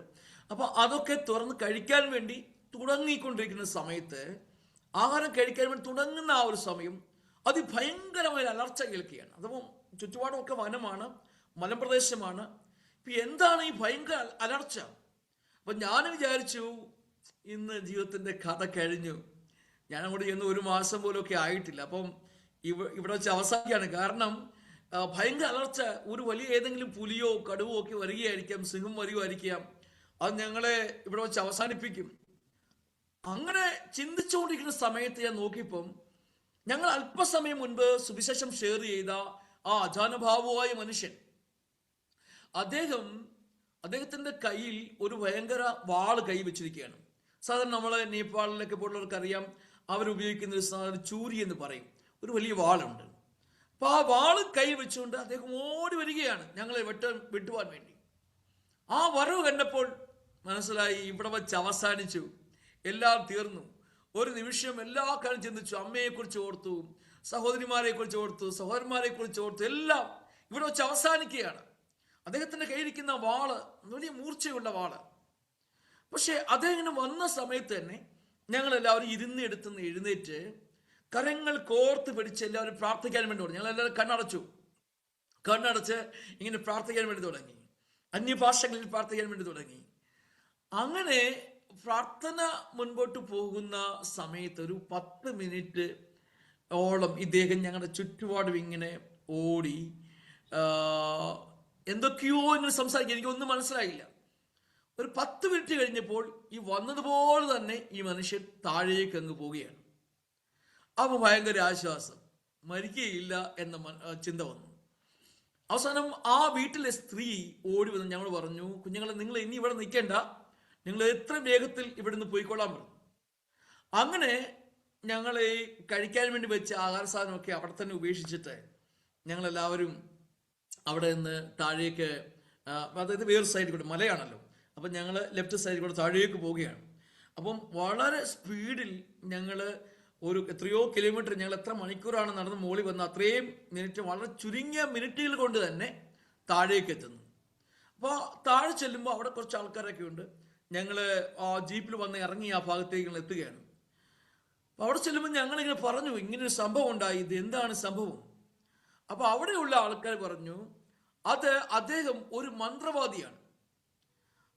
അദ്ദേഹമാണ് ആ സ്ഥലത്തെ മന്ത്രവാദിയാണ്. അവിടെയുള്ള ആൾക്കാർക്കൊക്കെ സൗഖ്യം ഉണ്ടാക്കി കൊടുക്കുക, അല്ലെങ്കിൽ ആരെങ്കിലും രോഗിയായി കഴിഞ്ഞാൽ ആൾക്കാരൊക്കെ ഇദ്ദേഹത്തിനടുത്തേക്ക് വരും. അദ്ദേഹം മന്ത്രം ചെയ്ത് അവിടെ രോഗികൾ സൗഖ്യമാകുന്നു. അങ്ങനെ അത്ഭുതങ്ങളൊക്കെ അവിടെ സംഭവിക്കുന്നു. അങ്ങനെ ഒരു മന്ത്രവാദിയായ മനുഷ്യനാണ് അദ്ദേഹം. അപ്പൊ ഞങ്ങൾ ഇങ്ങനെ സുവിശേഷമൊക്കെ അദ്ദേഹത്തോട് പറഞ്ഞു കഴിഞ്ഞപ്പോൾ അദ്ദേഹത്തിന്റെ അകത്ത് കിടന്ന ആ ദുരാത്മാവിന്റെ ശക്തി പുറത്തു വരികയും ഞങ്ങളെ കൊല്ലാൻ വേണ്ടി അദ്ദേഹം വാളെടുത്ത് വരികയുമാണ് ഉണ്ടായതെന്ന് ഞങ്ങൾക്ക് ബോധ്യമായി. പക്ഷേ ദൈവം അത്ഭുതകരമായിട്ട് ഞങ്ങളെ വിടുവിച്ചു. അദ്ദേഹത്തിന് ഞങ്ങളെ കൊല്ലുവാൻ സാധിച്ചില്ല. അപ്പൊ എനിക്ക് കാര്യം മനസ്സിലായി, ദൈവത്തിന്റെ ശക്തിക്ക് മുൻപിൽ നിൽക്കുന്ന മറ്റൊരു ശക്തിയില്ല. ഒരു തന്ത്ര മന്ത്രവാദ ശക്തികൾക്കോ ഒരു പൈശാചിക ശക്തികൾക്കോ സുവിശേഷത്തെ തകർക്കുവാനോ സുവിശേഷത്തെ നശിപ്പിക്കുവാനോ സാധിക്കുകയില്ല എന്ന ആ ഒരു അനുഭവം തന്നെ എൻ്റെ ലൈഫിൽ എനിക്ക് പഠിക്കുവാൻ അന്ന് തന്നെ എടുത്ത തീരുമാനമാണ്. അതിന് എനിക്ക് ബോധ്യമായി, ഈ സുവിശേഷത്തിന് മരിക്കേണ്ടി വന്നാലും തയ്യാറാകുക. കാരണം ഇത് തകർക്കുവാൻ മറ്റൊരു ശക്തികൾക്കും കഴിയില്ല. അന്ന് ഞാൻ തിരിച്ച് ഞങ്ങളുടെ റൂമിലേക്ക് വരുന്നു. ഞങ്ങൾ പാർക്കുന്ന ബാഗ്ഡോറയിലുള്ള ഞങ്ങളുടെ ടീമിൻ്റെ ആ സ്ഥലത്തേക്ക് വരികയും ഞാൻ മാമച്ചാനോട് ഈ കാര്യങ്ങളൊക്കെ ഷെയർ ചെയ്തു. ഞാൻ പറഞ്ഞു, രാത്രി എനിക്ക് അല്പസമയം പഠിക്കാൻ വേണ്ടി വേണം. കാരണം എല്ലാവരും ഉറങ്ങിക്കഴിഞ്ഞ് കഴിഞ്ഞാൽ ലൈറ്റ് ഒന്നും ഇടാൻ പാടില്ല എന്നൊരു നിയമമുണ്ടല്ലോ. അപ്പം എനിക്ക് രാത്രിയിൽ പഠിക്കണം. കാരണം പകലുള്ള സമയത്ത് ഞങ്ങൾ ടീം വർക്കിന് വേണ്ടി പോവുകയാണ്. അന്ന് ദീർഘമായ മണിക്കൂറുകളിൽ യാത്ര ചെയ്ത് സൈക്കിളിലൊക്കെ യാത്ര ചെയ്ത് ഞങ്ങൾ അന്ന് ബംഗ്ലാദേശിന്റെ ബോർഡറിലൊക്കെ പോകണമെന്നുണ്ടെങ്കിൽ ഞങ്ങൾ അവിടെ നിന്ന് 50 കിലോമീറ്ററോളം ഞങ്ങൾ പോകേണ്ടതായിട്ടുണ്ട്. അപ്പം ഞങ്ങൾ ആ ഭാഗത്തൊക്കെ പോകുന്ന സമയത്ത് 50 കിലോമീറ്റർ ഒരു ഭാഗത്തേക്ക് സൈക്കിൾ ചവിട്ടുക, തിരിച്ചു വരണം, അത്രയും തന്നെ ഉണ്ടല്ലോ. അപ്പം ഏകദേശം 100 കിലോമീറ്ററോളം ഒരു ദിവസമൊക്കെ ഞങ്ങൾ യാത്ര ചെയ്യാറുണ്ട് സൈക്കിളിൽ തന്നെ. അപ്പം പകല് വന്ന് പിന്നെ ഒന്നും ചെയ്യാൻ പറ്റില്ല. അപ്പം രാത്രി അല്പസമയം പഠിക്കാൻ വേണ്ടി ഞാൻ തീരുമാനിച്ചു. അങ്ങനെ എല്ലാവരും ഉറങ്ങിക്കഴിയുമ്പോൾ ഞാൻ ഹിന്ദിയും മലയാളവും ഇംഗ്ലീഷും ഇങ്ങനെ 3 ബൈബിൾ നിരത്തി വെച്ചിട്ട് ചെറിയൊരു ഒരു മണ്ണെണ്ണ വിളക്ക് പോലെ മെഴുകുതിരി പോലെ അതെടുത്ത് വെച്ചിട്ട് അതിൻ്റെ വെട്ടത്തിലിരുന്ന് വായിക്കുവാൻ വേണ്ടി തുടങ്ങി. മറ്റു സൗഹൃദങ്ങളൊക്കെ ഉറങ്ങുന്ന സമയത്ത് ഞാനിങ്ങനെ ഞങ്ങളുടെ റൂമിൻ്റെ മൂലയിലേക്ക് പോയിരുന്ന് അവിടെ ഇങ്ങനെ വായിച്ച് കിട്ടുന്ന ഓരോ ഭാഗങ്ങളും ഓരോരോ വാക്കുകളും ഞാൻ എൻ്റെ ബുക്കുകളിൽ എഴുതിയിട്ടു. അങ്ങനെ ഒരു 3 മാസത്തോളം കണ്ടിന്യൂസ് ആയിട്ട് വായിക്കുകയും എഴുതുകയും ചെയ്ത് ഒരുപാട് ഹിന്ദി വാക്കുകൾ എനിക്ക് വായിക്കുവാൻ തക്കനമിടയായി.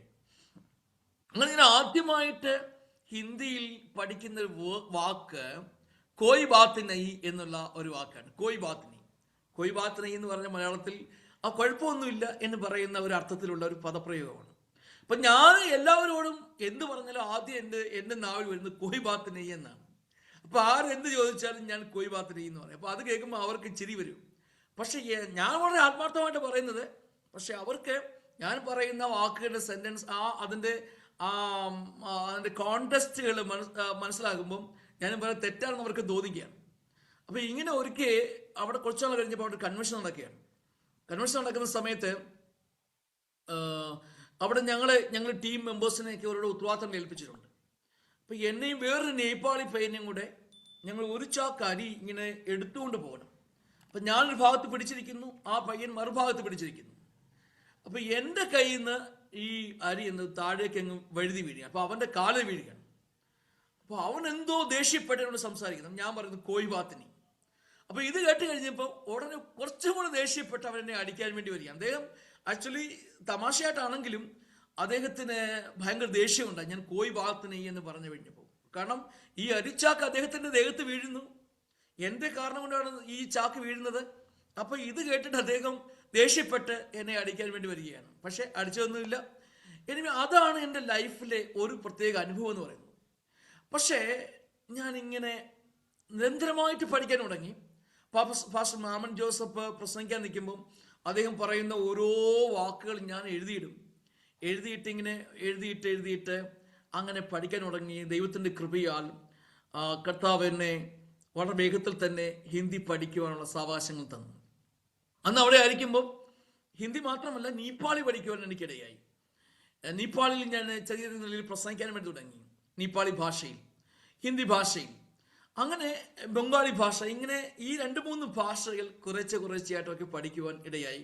ഹിന്ദിയിൽ തുടർമാനമായിട്ട് പഠിപ്പിക്കുവാനും ഇടയായി. ഞങ്ങൾക്ക് ആ ബൈബിൾ സ്കൂളിലേക്ക് പിന്നെ ഞാൻ പഠിപ്പിക്കാൻ വേണ്ടി തുടങ്ങി. അങ്ങനെ കുറച്ച് ഗ്രാജുവലി ഈ ഹിന്ദി ഭാഷയെ ഞാൻ ഡെവലപ്പ് ചെയ്യാൻ വേണ്ടി തുടങ്ങി. ഇന്നും കൃത്യമായിട്ട് പറയുന്നു എന്നല്ല ഞാൻ പറയുന്നത്, പക്ഷേ അന്ന് എന്നെ നല്ല രീതിയിലേക്ക് അത് പഠിക്കുവാൻ വേണ്ടിയുള്ള ഒരു പ്രേരണ കർത്താവ് എനിക്ക് നൽകി. പ്രിയമുള്ളവരെ, ഞാനിവിടെ ഒരു കാര്യം കൂടെ എൻ്റെ ഈ സാക്ഷ്യത്തിനോട് പറയാം.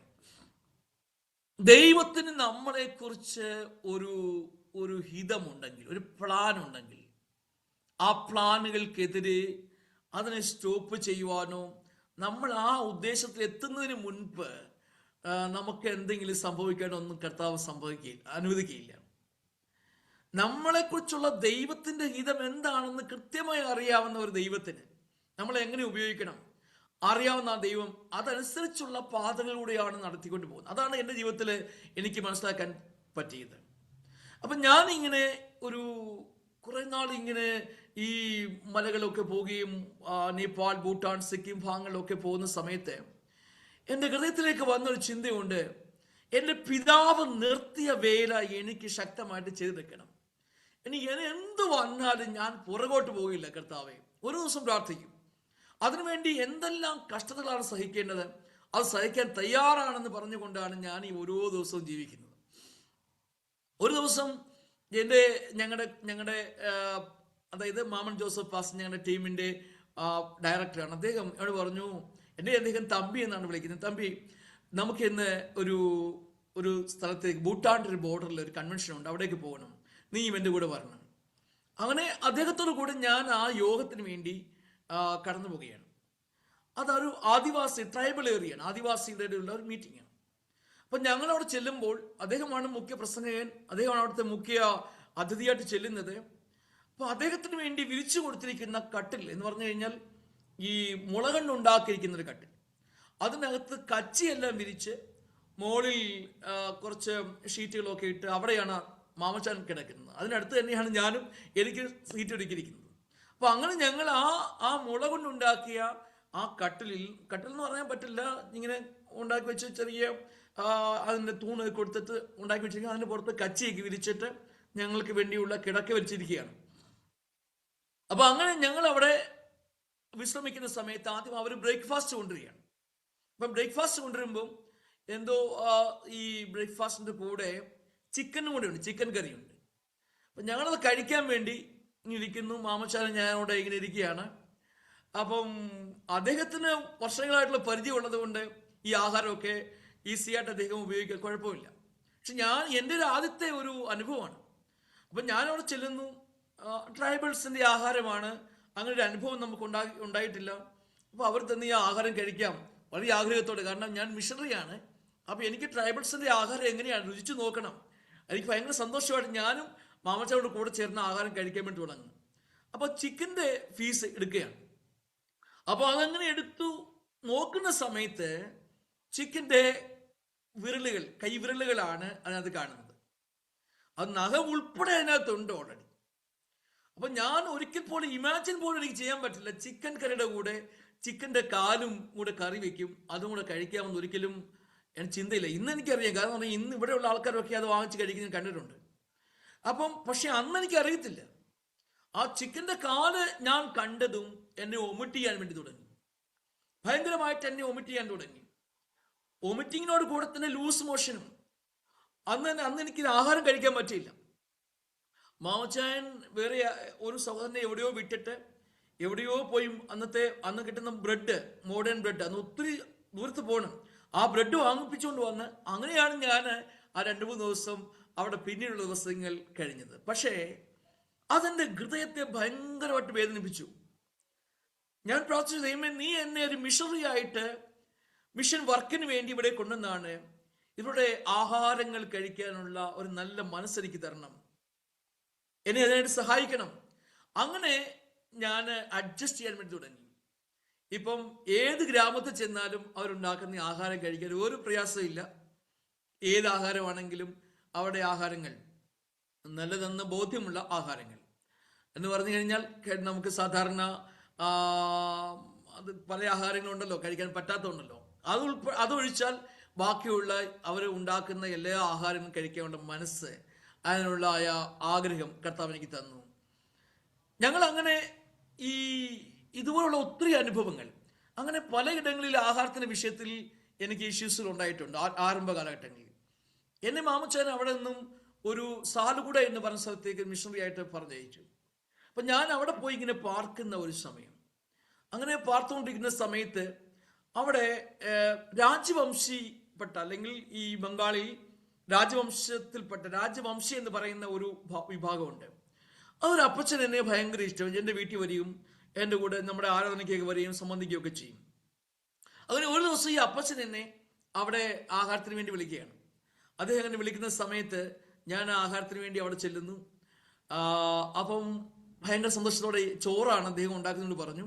അപ്പോൾ ചോറ് കഴിക്കാം, കുറച്ച് ദിവസമായിട്ട് ഞാനിങ്ങനെ ചപ്പാത്തി ഉണ്ടാക്കി കഴിക്കുകയാണ്, അപ്പോൾ ചോറ് കഴിക്കാം എന്നുള്ള ആഗ്രഹത്തോടെ അവിടെ ചെല്ലുന്നു. അപ്പോൾ അങ്ങനെ ചെന്ന് അദ്ദേഹം സാമ്പാർ പോലെ ഒരു കറി ഈ ചോറിൻ്റെ മുകളിലേക്ക് ഒഴിച്ചു തരുന്നു. അപ്പം ഞാനത് കഴിക്കാമെന്ന് പറഞ്ഞ് ഇങ്ങനെ ഒരു ഉരുള ചോറെടുത്തിട്ട് ഞാനിങ്ങനെ എൻ്റെ വായിലേക്ക് വെക്കുന്ന സമയം അതിഭയങ്കരമായ സ്മെല്ല്. അപ്പോഴാണ് മനസ്സിലായത് ഇത് മീന് അരച്ച് ഉണ്ടാക്കിയ ഒരു ചട്നിയാണ്, ഒരു ചമ്മന്തി പോലെ ഉണ്ടാക്കിയിരിക്കുന്ന സാധനമാണ്. അപ്പം ഞാനിങ്ങനെ ഈ സ്മെല്ല് ഉണ്ടായ സമയത്ത് അപ്പച്ചനോട് ചോദിച്ചു, അപ്പച്ച ഇതെന്താണ് സബ്ജി, ഇതെന്ത് കറിയാണ്? അതേ പറഞ്ഞു, മോനെ അതെ, ഞാനിവിടെ തോട്ടിൽ പോയി, നമ്മുടെ നാട്ടിലൊക്കെ ഈ പൊത്തൽ എന്നൊക്കെ പറയുന്നത്, ഞങ്ങളുടെ നാട്ടിലൊക്കെ പൊത്തൽ എന്ന് പറയുന്നത് മീനുണ്ട്. അപ്പോൾ ആ ചെറിയ മീൻ, അതായത് തോട്ടിലൊക്കെ ഉള്ള മീനുണ്ട്. അപ്പോൾ ആ മീനെ പിടിച്ചോണ്ട് വന്ന് അരകല്ലിൽ വെച്ച് അരച്ച് അത് കൊണ്ടുവന്ന് ചെറിയ നിലയിലൊന്ന് ചൂടാക്കി അതിനകത്ത് ചില മസാലയൊക്കെ ഇട്ട്, അതാണിത് സംഭവം. അപ്പോൾ ഇതുപോലെ ഞാൻ അതായത് കൽച്ചിനി എന്ന് പറഞ്ഞാൽ ഭൂട്ടാൻ ബോർഡറിൽ ഞാൻ പോയപ്പോൾ ഉണ്ടായി അതുപോലെ തന്നെയുള്ള അനുഭവമാണ് എനിക്ക് ഇവിടെയും ഉണ്ടാകുന്നത്. പക്ഷെ ഞാനതെങ്ങനെ ഇരുന്ന് കുറച്ച് കഴിച്ചു. കുറച്ചത് ഞാൻ ഈ അപ്പച്ചൻ കാണാതെ താഴേക്ക് ഇട്ട് കളഞ്ഞു. കാരണം വേറെ ഒരു നിവൃത്തിയില്ല. പക്ഷെ അത് തെറ്റാണ്, അങ്ങനെ ചെയ്യാൻ പാടില്ല. പക്ഷെ അന്നത്തെ സാഹചര്യം അങ്ങനെ ചെയ്യുകയാണ്. ഇങ്ങനെയുള്ള സാഹചര്യങ്ങളൊക്കെ വന്നപ്പോൾ ഞാൻ ദൈവത്തോട് പ്രാർത്ഥിച്ചു, കർത്താവേ, ഇനി ഇങ്ങനെയൊക്കെയുള്ള സാഹചര്യം വരുമ്പോൾ ആഹാരം കളയുവാനൊന്നും ഇടയാകാതെ അത് കഴിക്കാൻ എനിക്ക് ഇടയാക്കണമെന്ന് പ്രാർത്ഥിക്കാനാണ് ഇടയായി തീർന്നത്. ആ സ്ഥലത്ത് ധാരാളം ആളുകൾ യേശു കർത്താവിനെ അറിവാനിടയായി. അവരുടെ പാപവഴികളെക്കുറിച്ച് അവർക്ക് ബോധ്യമായി. അങ്ങനെ ഒരു നല്ല ചർച്ച് വളരെ വേഗത്തിൽ തന്നെ അവിടെ ഉണ്ടാകുവാൻ കർത്താവ് സഹായിച്ചു. അങ്ങനെ ഇരിക്കുമ്പോഴാണ് ഞാൻ വിവാഹിതനാകുന്നു. 1988 ഞാൻ വിവാഹിതനാകുന്നു. നാട്ടിലേക്ക് വന്ന് കടമ്പനാട്ടിനടുത്തുള്ള തുരുത്തിക്കര എന്ന് പറഞ്ഞ സ്ഥലത്ത് നിന്നും ഒരു വിവാഹാലോചന വന്നു. അങ്ങനെ ഞാൻ ആ വിവാഹം കഴിച്ചു. ലിസി എന്നാണ് എൻ്റെ വൈഫിൻ്റെ പേര്. ലിസിയെ ആ ഒരു വർഷം ഞാൻ ഇങ്ങനെ കുറച്ചാണത്തെ ഗ്രേസ് ബൈബിൾ കോളേജിൽ പോകാൻ വേണ്ടി തീരുമാനമെടുത്തു. അങ്ങനെ അതായത് വെസ്റ്റ് ബംഗാളിൽ നിന്നും നാട്ടിലേക്ക് വരുന്നു. നാട്ടിൽ വന്ന് വിവാഹം കഴിക്കുന്നു. വിവാഹാനന്തരമായിട്ട് ഞാൻ ഗ്രേസ് ബൈബിൾ കോളേജിലേക്ക് കടന്നു പോകുന്നു. അങ്ങനെ ഗ്രേസ് ബൈബിൾ കോളേജിൽ ചില നാളുകൾ, ഒരു വർഷം ഞാൻ അവിടെ പഠിച്ചു. ഞാൻ അവിടെ അവിടെ പോകുന്ന സമയത്ത് അവിടെ റിലീജിയസിന്റെ ഒരു പ്രത്യേക സ്റ്റഡി ഉണ്ടായിരുന്നു. അപ്പോൾ അത് പഠിക്കാൻ വേണ്ടി അവിടെ ചെല്ലുന്നു. പക്ഷെ ഞാൻ അവിടെ ചെല്ലുമ്പോൾ എൻ്റെ ആ ബാച്ചിൽ വെറും 2 പേര് മാത്രമാണ് ആ സ്റ്റഡിക്ക് വന്നത്. അതുകൊണ്ട് തന്നെ ആ സ്റ്റഡി അവിടെ കണ്ടിന്യൂ ചെയ്തില്ല. അപ്പോൾ എന്നോട് പറഞ്ഞു, അനിയൻ നിനക്ക് BTH വേണമെങ്കിൽ പഠിക്കാം. അപ്പം ഞാൻ ഓൾറെഡി നാട്ടിലെ പഠനം കഴിഞ്ഞ് വന്നതായതുകൊണ്ട് തുടർമാനമായി BTH പഠിക്കേണ്ട ആവശ്യമില്ല എന്ന് എനിക്കങ്ങനെ തോന്നി. പക്ഷെ ഞാൻ അവിടെ ഒരു വർഷം ഗ്രേസ് ബൈബിൾ കോളേജിൽ പഠിക്കുവാൻ ദൈവം എനിക്ക് അവസരമൊരുക്കി. അന്ന് അവിടെയുള്ള ചിൽഡ്രൻസ് ഹോമിൽ പഠിപ്പിക്കുവാനും ധാരാളം ഫ്രണ്ട്സ് സർക്കിൾ ദൈവം എനിക്ക് നൽകി. ഈ പഠനത്തിൻ്റെ അവസാനമായിട്ട് ഞാൻ നാട്ടിലേക്ക് വരികയും എൻ്റെ വൈഫിനെയും കൂട്ടിക്കൊണ്ട് ഞാൻ തിരിച്ച് പിന്നെയും വെസ്റ്റ് ബംഗാളിലേക്ക് കടന്നുപോയി.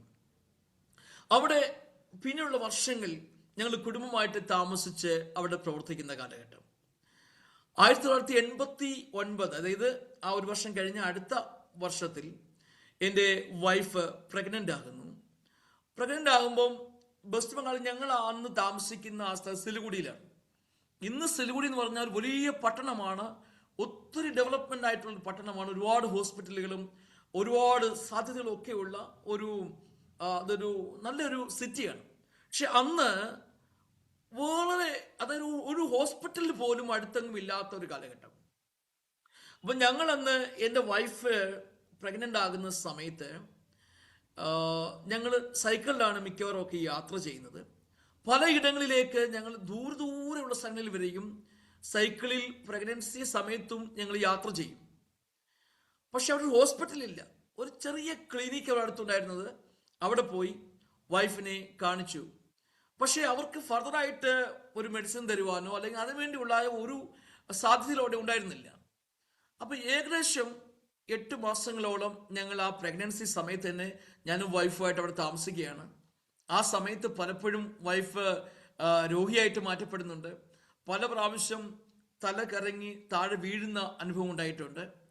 പക്ഷെ അന്നൊന്നും അത്രമാത്രം ഇതിനെക്കുറിച്ചൊരു ഗ്രാഹ്യം ഉണ്ടാകാൻ സാധിക്കുന്നില്ല. കാരണം ഒന്ന്, അവിടുത്തെ സിറ്റുവേഷൻ അങ്ങനെയാണ്. മെഡിക്കൽ സംബന്ധമായിട്ടുള്ള യാതൊരു വിധമായിരിക്കുന്നതായ ഒരു സഹായങ്ങളും ആ ഭാഗത്തിന് ലഭിക്കുന്നില്ല. അപ്പോൾ അങ്ങനെയുള്ളത്. അപ്പോൾ തന്നെ ഞങ്ങൾ പലങ്ങളിൽ യാത്ര ചെയ്യണം. അന്ന് എനിക്ക് 21 വയസ്സാണ് ആ സമയത്ത് എനിക്ക് പ്രായമുള്ളത്. 22ാമത്തെ വയസ്സിലേക്ക് കടക്കുമ്പോഴാണ് 22 വയസ്സ് പ്രായമുണ്ട്. ആ സമയത്ത് ഞാൻ വിവാഹം കഴിക്കുന്നത്. വൈഫിന് 18 വയസ്സാണ് പ്രായമുള്ളത്. അപ്പം ഞങ്ങൾ രണ്ടുപേരും യങ്സ്റ്റേഴ്സാണ്. അപ്പോൾ ഈ സൈക്കിൾ യാത്രയൊക്കെ അതൊരു ഹരമാണ്.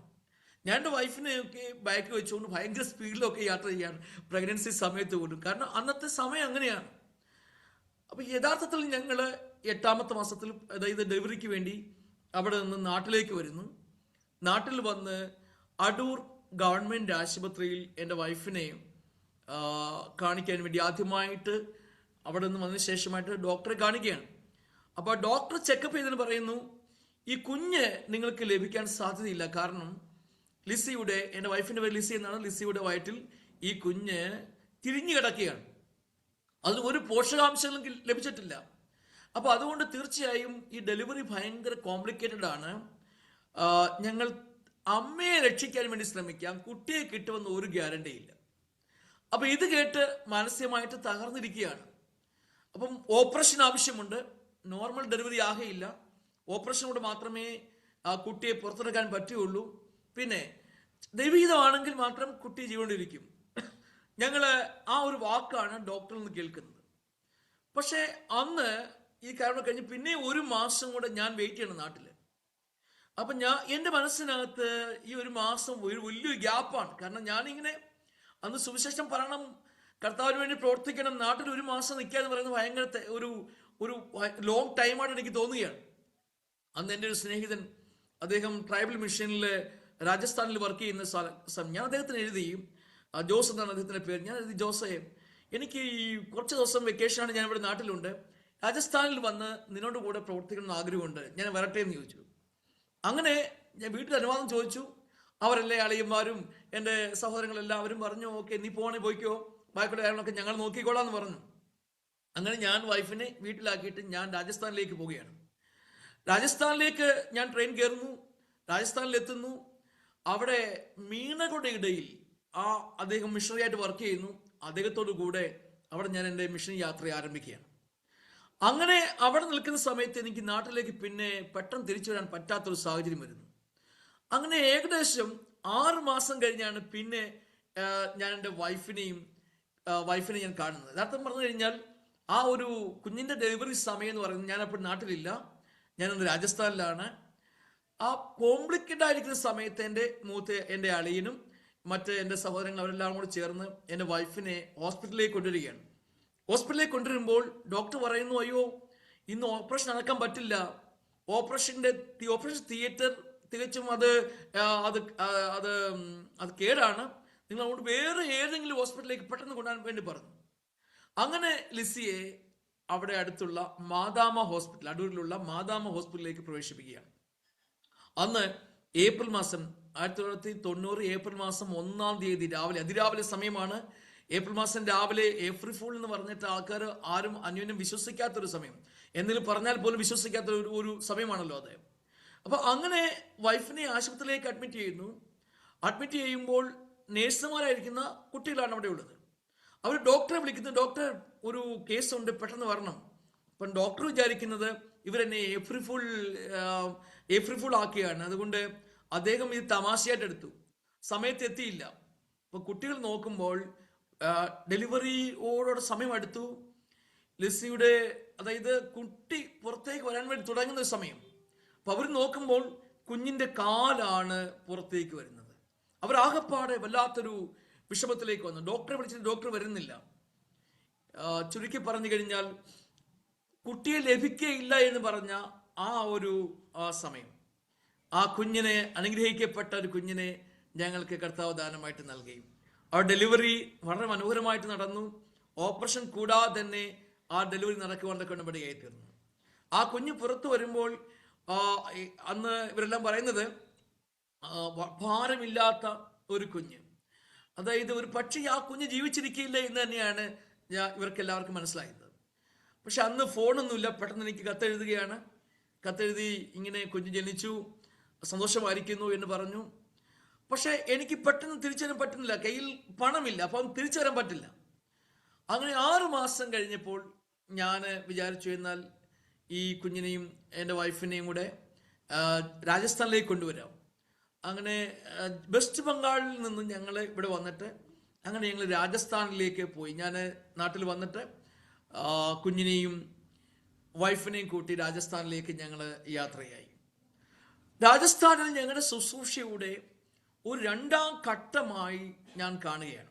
കാരണം വെസ്റ്റ് ബംഗാളിൽ മാമച്ചാവിൻ്റെ കൂടെ ഞാൻ വർക്ക് ചെയ്യുമ്പം സാമ്പത്തികമായ കാര്യങ്ങളൊന്നും ഞങ്ങൾ വറിയാകുന്നേ ഇല്ല. കാരണം ഞങ്ങളുടെ കാര്യങ്ങളൊക്കെ അദ്ദേഹമാണ് നോക്കുന്നത്, മറ്റ് ബുദ്ധിമുട്ടുകളൊന്നുമില്ല. പക്ഷെങ്കിൽ അവിടെ സമ്പന്നമായ നിലയിൽ തന്നെയാണ് പ്രവർത്തിക്കുന്നത്. പ്രവർത്തനത്തിന് ഭയങ്കര സാധ്യതകൾ, സന്തോഷിക്കുകയാണ്. ഞങ്ങളിങ്ങനെ നടന്നു പോയാലും സൈക്കിളിൽ പോയാലും ഒക്കെ സന്തോഷം മാത്രം. ഫിലിം ഷോ നടത്തുക, അത് കുട്ടികളെ പഠിപ്പിക്കുക, ഇങ്ങനെയൊക്കെയുള്ള കാര്യങ്ങൾ. പക്ഷെ രാജസ്ഥാനിലേക്ക് വന്നപ്പോൾ അതിന്നൊക്കെ വ്യത്യസ്തമായ ഒരു കാലഘട്ടം. അന്ന് ഞങ്ങളെ സഹായിക്കാൻ വേറെ ആരുമില്ലാത്ത ഒരു കാലഘട്ടം. എന്ത് ചെയ്യണം, എങ്ങനെയാണ് മിഷൻ പ്രവർത്തനം ചെയ്യേണ്ടതെന്ന് പിന്നെ അങ്കലാപ്പെടുന്ന ഒരു സാഹചര്യത്തിലേക്ക് കടന്നു വന്നു. അപ്പൊ ഇത് ഞങ്ങളുടെ ശുശ്രൂഷയുടെ ഒരു 2ാമത്തെ ഘട്ടമായിട്ട് തിരികെയാണ്. വളരെ ചെറിയ ഒരു കുഞ്ഞ്, അതായത് അന്ന് 7 മാസം മാത്രമാണ് കുഞ്ഞിന് പ്രായം. 7 മാസം മാത്രം പ്രായമുള്ള കുഞ്ഞുമായിട്ട് ഞങ്ങളുടെ മിഷൻ യാത്ര രാജസ്ഥാനിൽ ആരംഭിക്കുമ്പോൾ ആര് സഹായിക്കും, എവിടെ നിന്ന് സഹായം ലഭിക്കുമെന്നുള്ള യാതൊരു വിധമായിരിക്കുന്നതായ ഒരു ഹോപ്പുമില്ല. ആര് സഹായിക്കുന്ന ഒന്നും അറിയത്തേയില്ല. അങ്ങനെ ഞങ്ങൾ അന്ന് ചെയ്തുകൊണ്ടിരുന്ന ഒരു പ്രവൃത്തി എന്ന് പറഞ്ഞു കഴിഞ്ഞാൽ, ഗ്രാമങ്ങളിലേക്ക് പോകുക, കുഞ്ഞുങ്ങളെ പഠിപ്പിക്കുക, അതുപോലെ അക്ഷരാഭ്യാസമില്ലാത്ത മാതാപിതാക്കന്മാരെ അവർക്ക് അക്ഷരാഭ്യാസം കൊടുക്കുക. പിന്നെ ഡേ ടൈമിലൊക്കെ ഈശു കി കഹാനി എന്ന് പറഞ്ഞ ഒരു പുസ്തകമുണ്ട്. ആ പുസ്തകം ഓരോ ഇടങ്ങളിലും റെയിൽവേ സ്റ്റേഷൻ, ബസ് സ്റ്റാൻഡുകൾ, കോളനികൾ, അങ്ങനെയുള്ളവരെ കൊണ്ടുപോയി വിൽക്കുക. അത് ഒരു പുസ്തകത്തിന് 1 രൂപ വിലയാണ്. അപ്പൊ ഈ ഈശോ കി കഹാനി എന്ന് പറയുന്ന ആ ഒരു പാക്കറ്റിനകത്ത് ഒരു വലിയ പുസ്തകവും അതിനോട് ചേർന്ന് കുറച്ച് ചെറിയ ചെറിയ ട്രാക്റ്റുകളുമുണ്ട്. അപ്പൊ ഇത് ഓരോ സ്ഥലങ്ങളിൽ കൊണ്ടുപോയി വിൽക്കുക. അപ്പൊ ഒരു പുസ്തകം വിറ്റാൽ 1 രൂപ കിട്ടും. ചില ആൾക്കാർ 50 പൈസ തരും, ചില ഒന്നും തരത്തില്ല. പക്ഷേ അന്ന് എത്ര പുസ്തകം വിൽക്കുന്നോ ആ കിട്ടുന്ന 10 പുസ്തകം വിറ്റാൽ 10 രൂപ, 20 പുസ്തകം വിറ്റാൽ 20 രൂപ. അതാണ് അന്നത്തെ ഞങ്ങളുടെ ആഹാരത്തിന് വേണ്ടി ഞങ്ങൾക്ക് ഉപയോഗിക്കാൻ ഞങ്ങൾക്ക് ലഭിച്ചിരുന്ന തുക എന്ന് പറയുന്നത്. അപ്പം നിങ്ങൾക്കതിന് മനസ്സിലായല്ലോ, സാമ്പത്തികമായിട്ട് വളരെ പ്രതികൂലത്തിലാണ്. ഇങ്ങനെ പുസ്തകങ്ങൾ വിറ്റ് ലഭിക്കുന്ന പണം കൊണ്ട് വേണം ഞങ്ങളുടെ ഓരോ ദിവസത്തെയും ചെലവുകളൊക്കെ നടക്കേണ്ടത്. പക്ഷേ ഞങ്ങളെ ദൈവം ഏതെല്ലാം സ്ഥലങ്ങളിൽ അയച്ചോ അവിടെയൊക്കെ ആരെങ്കിലുമൊക്കെ ഞങ്ങൾക്ക് വേണ്ടി ദൈവം ഒരുക്കിയിരുന്നു. അപ്പൊ അങ്ങനെ ഞങ്ങള് രാജസ്ഥാനിലേക്ക് വരുന്ന സമയത്ത് ഞങ്ങളുടെ ഈ പ്രവർത്തനം ഇങ്ങനെ നടക്കുന്ന സമയം ഞങ്ങൾ ഗ്രാമങ്ങളിലേക്ക് പോകുന്നു, കുട്ടികളെ പഠിപ്പിക്കുന്നു, പ്രായമുള്ളവരെ പഠിപ്പിക്കുന്നു, പിന്നെ ട്രാക്റ്റുകൾ ഡിസ്ട്രിബ്യൂട്ട് ചെയ്യുന്നു, അത് വിൽക്കുന്നു. ഓരോ ദിവസവും രാവിലെ ഈ ഒരു കൃത്യം ചെയ്തില്ലെങ്കിൽ രാവിലെ എഴുന്നേൽക്കുക, ഫ്രഷ് ആയാൽ ഉടനെ തന്നെ ഇങ്ങനെ സഞ്ചിക്കകത്ത് ഈ ട്രാക്റ്റുകളൊക്കെ ഇട്ടുകൊണ്ട് പുറത്തോട്ട് പോകുകയാണ്. അങ്ങനെ ഒരു ദിവസം പോയി 10 പേരെങ്കിലും കണ്ടില്ലെങ്കിൽ സമാധാനമില്ലാത്ത ഒരു സമയം. ഞാനിങ്ങനെ നടക്കുന്നത് കണ്ടിട്ട് അവിടെ ജയ്പൂരിൽ അന്ന് ഉണ്ടായിരുന്ന ഒരു മറിയാമ്മ ആൻറ്റി ഉണ്ട്, ഇപ്പോഴും ഉണ്ട്. മറിയാമ്മ ആൻറ്റി ആരോ ഇങ്ങനെ പറഞ്ഞു കേട്ടി, ഇങ്ങനെ മലയാളിയായ ഒരു പയ്യൻ, അവർ കുടുംബമായിട്ട് ഇവിടെ ഇങ്ങനെ താമസിക്കുന്നു, അവർ ഇങ്ങനെയുള്ള പ്രേക്ഷിത പ്രവർത്തനങ്ങളൊക്കെ ചെയ്യുകയാണ്. അപ്പം മറിയാമ്മ ആൻറ്റി അന്വേഷിച്ച് ഞങ്ങളുടെ റൂമിലേക്ക് വരികയാണ്. ആൻറ്റിയുടെ കൂടെ ആൻറ്റിയുടെ ആങ്ങളയുടെ ഒരു മകനുണ്ട്, അനിയൻ കുഞ്ഞെന്ന് പറയും. ഇങ്ങനെ ഇവർ രണ്ടുപേരും കൂടെ ഞങ്ങളെ അന്വേഷിച്ച് വീട്ടിലേക്ക് വരികയാണ്. അങ്ങനെ വീട്ടിലേക്ക് വന്ന് ഞങ്ങളെ കണ്ടു, ഞങ്ങളുമായിട്ട് പരിചയപ്പെടുന്നു, ഞങ്ങളുടെ കാര്യങ്ങളെക്കുറിച്ചൊക്കെ അന്വേഷിക്കുന്നു. അപ്പൊ അങ്ങനെ പിന്നെ അവരുമായിട്ട് ഞങ്ങൾ നല്ല സുഹൃത്ത് ബന്ധം ആരംഭിച്ചു. ഈ മറിയാമ്മ ആൻറ്റിയും അനിയൻ കുഞ്ഞും ഇവര് എല്ലാ ആഴ്ചയിലും ഒരു ദിവസമെങ്കിലും വീട്ടിൽ വരും. അവർ വരുന്ന സമയത്ത് പച്ചക്കറിയും ആഹാര സാധനങ്ങൾക്ക് വേണ്ടിയുള്ള മറ്റ് സാധനങ്ങളൊക്കെ വാങ്ങിക്കൊണ്ടുവരും. അതിനുശേഷം ജയ്പൂരിലുള്ള പല ദൈവദാസന്മാരുമായിട്ടൊക്കെ, അന്ന് വളരെ കുറച്ച് ആൾക്കാർ മാത്രമേ ഉള്ളൂ, അവരുമായിട്ടൊക്കെ പരിചയപ്പെടാൻ പറ്റി. മാളവിയ നഗർ എന്ന സ്ഥലത്ത് ഒരു KK ജോൺ അങ്കിൾ ഉണ്ടായിരുന്നു. അദ്ദേഹം ഇതുപോലെ ഞങ്ങളെ അന്വേഷിച്ചു വന്നു. അദ്ദേഹം ഞങ്ങളുമായിട്ട് പരിചയപ്പെട്ടു. അദ്ദേഹം അന്ന് NCCയിൽ നിന്ന് റിട്ടയർഡ് ചെയ്തൊരു ഉദ്യോഗസ്ഥനാണ്. പക്ഷെ ഭയങ്കര സുവിശേഷ ദാഹമുള്ള ഒരു പിതാവായിരുന്നു. അദ്ദേഹം ഞങ്ങളുടെ അടുത്ത് ഇതുപോലെ ആഴ്ച 1 പ്രാവശ്യം 2 പ്രാവശ്യമൊക്കെ വരും.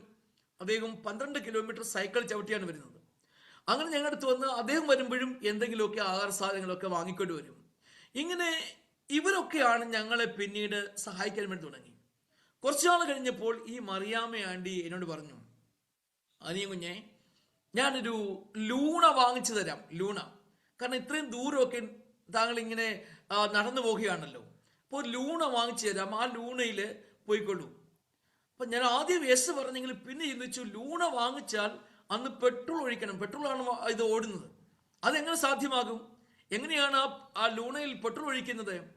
അപ്പൊ ഞാൻ ആൻറ്റിയോട് പറഞ്ഞു, ആൻറ്റി എനിക്ക് ലൂണ വേണ്ട, എനിക്കൊരു സൈക്കിൾ വാങ്ങിച്ചു തന്നാൽ മതി.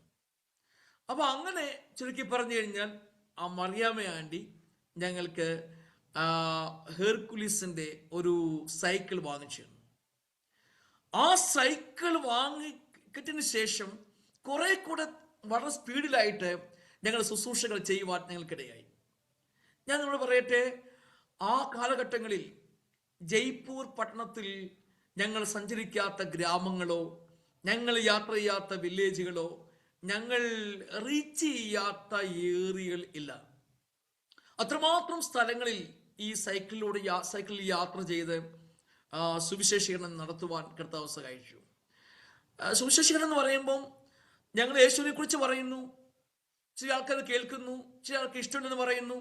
ഞങ്ങൾ കൊടുക്കുന്ന ട്രാക്റ്റുകൾ വാങ്ങിക്കുന്നവരുണ്ട്, വാങ്ങിക്കാത്തവരുണ്ട്. പക്ഷേ അപ്പോഴും അവിടെയുള്ള ജുഗി, അതായത് ഈ ചേരി പ്രദേശങ്ങളിലും ഗ്രാമപ്രദേശങ്ങളിലും ഒക്കെ പോയി കുഞ്ഞുങ്ങളെ പഠിപ്പിക്കുന്ന ഒരു ശുശ്രൂഷ ഞങ്ങൾ ചെയ്തു വന്നിരുന്നു. ഒരുപാട് കുഞ്ഞുങ്ങളെ അക്ഷരാഭ്യാസം ചെയ്യിപ്പിക്കുവാൻ കർത്താവ് ഞങ്ങൾക്ക് സഹായിച്ചു. അങ്ങനെ കുറെ കാലങ്ങൾ ഇങ്ങനെ കടന്നു പോവുകയാണ്. അങ്ങനെ പോകുന്ന സമയത്ത് ഞാൻ ഞാനിങ്ങനെ ഗോസ്പൽ ഫോർ ഏഷ്യയിലെ റെവറൻ ജോയ് പുന്നസുമായിട്ട് എനിക്ക് നേരത്തെ പരിചയമുണ്ട്. അദ്ദേഹം ഞാൻ വെസ്റ്റ് ബംഗാളിൽ വർക്ക് ചെയ്യുന്ന സമയത്ത് അവിടെ വന്നിട്ടുണ്ട്. അപ്പോൾ അദ്ദേഹമായിട്ടൊരു പരിചയം എനിക്കുണ്ടായിരുന്നു. അപ്പോൾ ഒരിക്കൽ ഞാൻ അദ്ദേഹത്തിന് ഗോസ്പൽ ഫോർ ഏഷ്യ, അദ്ദേഹത്തിൻ്റെ അഡ്രസ്സ് എൻ്റെ കയ്യിലുണ്ട്, ഞാനതൊരു കത്തെഴുതി, ഞങ്ങളിപ്പോൾ ഇങ്ങനെ രാജസ്ഥാനിൽ താമസിച്ച് പ്രവർത്തിക്കുന്നു, എന്തുണ്ട് വിശേഷങ്ങൾ എന്നുള്ള നിലയിൽ അദ്ദേഹത്തിൻ്റെ സ്നേഹാന്വേഷണങ്ങളൊക്കെ അറിയിച്ചു, ഞങ്ങളുടെ വിശേഷങ്ങളൊക്കെ അറിയിച്ചുകൊണ്ട് ഞാനൊരു കത്തെഴുതുകയാണ്. ആ കത്തിന് മറുപടിയായിട്ട് അദ്ദേഹം എനിക്ക് എഴുതി, അദ്ദേഹം എന്നെ തമ്പി എന്നാണ് വിളിക്കുന്നത്, തമ്പി, ഡൽഹിയിൽ ഒരു കോൺഫറൻസ് നടക്കുന്നുണ്ട്, താങ്കൾക്ക് കഴിയുമെങ്കിൽ ആ കോൺഫറൻസ് വന്ന സംബന്ധിച്ച് ഞാൻ അവിടെ വരുന്നുണ്ട്, അപ്പോൾ അത് നമുക്ക് അവിടെ വെച്ച് കാണാം എന്ന് പറയുകയാണ്. അങ്ങനെ ഞാൻ ഈ കോൺഫറൻസിന് വേണ്ടി ആ സമയത്ത് ഈ ഡൽഹിയിലേക്ക് വരികയാണ്. ഡൽഹിയിലേക്ക് വന്നു ജോയ് പുന്നൂസിനെ കാണുന്നു. ജോയ് പുന്നൂസ് അദ്ദേഹം എന്നെ വളരെയധികമായിട്ട് ഇഷ്ടപ്പെടുന്ന ഒരു ദേവദാസനാണ്. അദ്ദേഹം എൻ്റെ അഡ്രസ്സൊക്കെ കളക്ട് ചെയ്തിട്ട് എന്നോട് പറഞ്ഞു, ഞാനൊരു ഫോം അയച്ചു തരാം, ആ ഫോം ഒന്ന് ഫില്ലപ്പ് ചെയ്യണം, ഇവിടെ അയക്കണമെന്ന് പറഞ്ഞു. അങ്ങനെ അദ്ദേഹമായിട്ട് ഞാനിങ്ങനെ ബന്ധപ്പെടുകയും അദ്ദേഹം അയച്ചു തന്ന ഫോം ഞാൻ ഫില്ലപ്പ് ചെയ്ത് അയക്കുകയും ചെയ്തു. 2-3 മാസം കഴിഞ്ഞപ്പോൾ അദ്ദേഹം എനിക്കൊരു ചെറിയ സംഭാവന എല്ലാ മാസവും അയക്കാൻ വേണ്ടി തുടങ്ങി.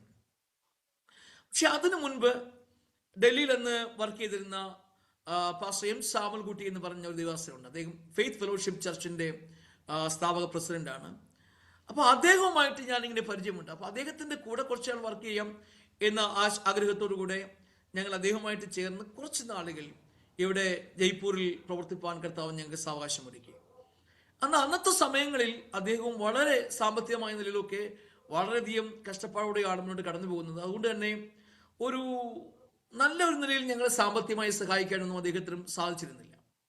എന്നാൽ തുടർന്നുണ്ടായ ചില നാളുകൾ കഴിഞ്ഞപ്പോൾ ഞങ്ങൾ പിന്നെയും എന്ത് ചെയ്തു, അവിടെ ജോയ് പുന്നസ് വാസുമായിട്ടൊക്കെ ബന്ധപ്പെടുകയും അങ്ങനെ ആ പ്രവർത്തനങ്ങളെ ഒന്ന് സജീവമാക്കി കൊണ്ടുപോകുന്ന ആഗ്രഹത്തോടു കൂടെ ഞങ്ങൾ ആഗ്രഹിക്കുകയും പ്രാർത്ഥിക്കുകയൊക്കെ ചെയ്ത് ഇവരുമായിട്ടൊക്കെ ബന്ധപ്പെട്ടെങ്കിലും അങ്ങനെയുള്ള ഒരു വിശാലതയിലേക്ക് പോകുവാനുള്ള സാവകാശങ്ങൾ ഞങ്ങൾക്ക് ലഭിച്ചില്ല. എന്നാൽ ഈ ജോയ് പുന്നൂസ് സാറിൻ്റെ അദ്ദേഹം ഞങ്ങൾക്ക് അയച്ചു തരുന്ന ചെറിയ ഒരു സാമ്പത്തിക സഹായം, അതെനിക്ക് തോന്നുന്നു അന്ന് 400 രൂപയാണ്. അത് ഡി ഡി ആയിട്ട് അദ്ദേഹം അയച്ചു തരും.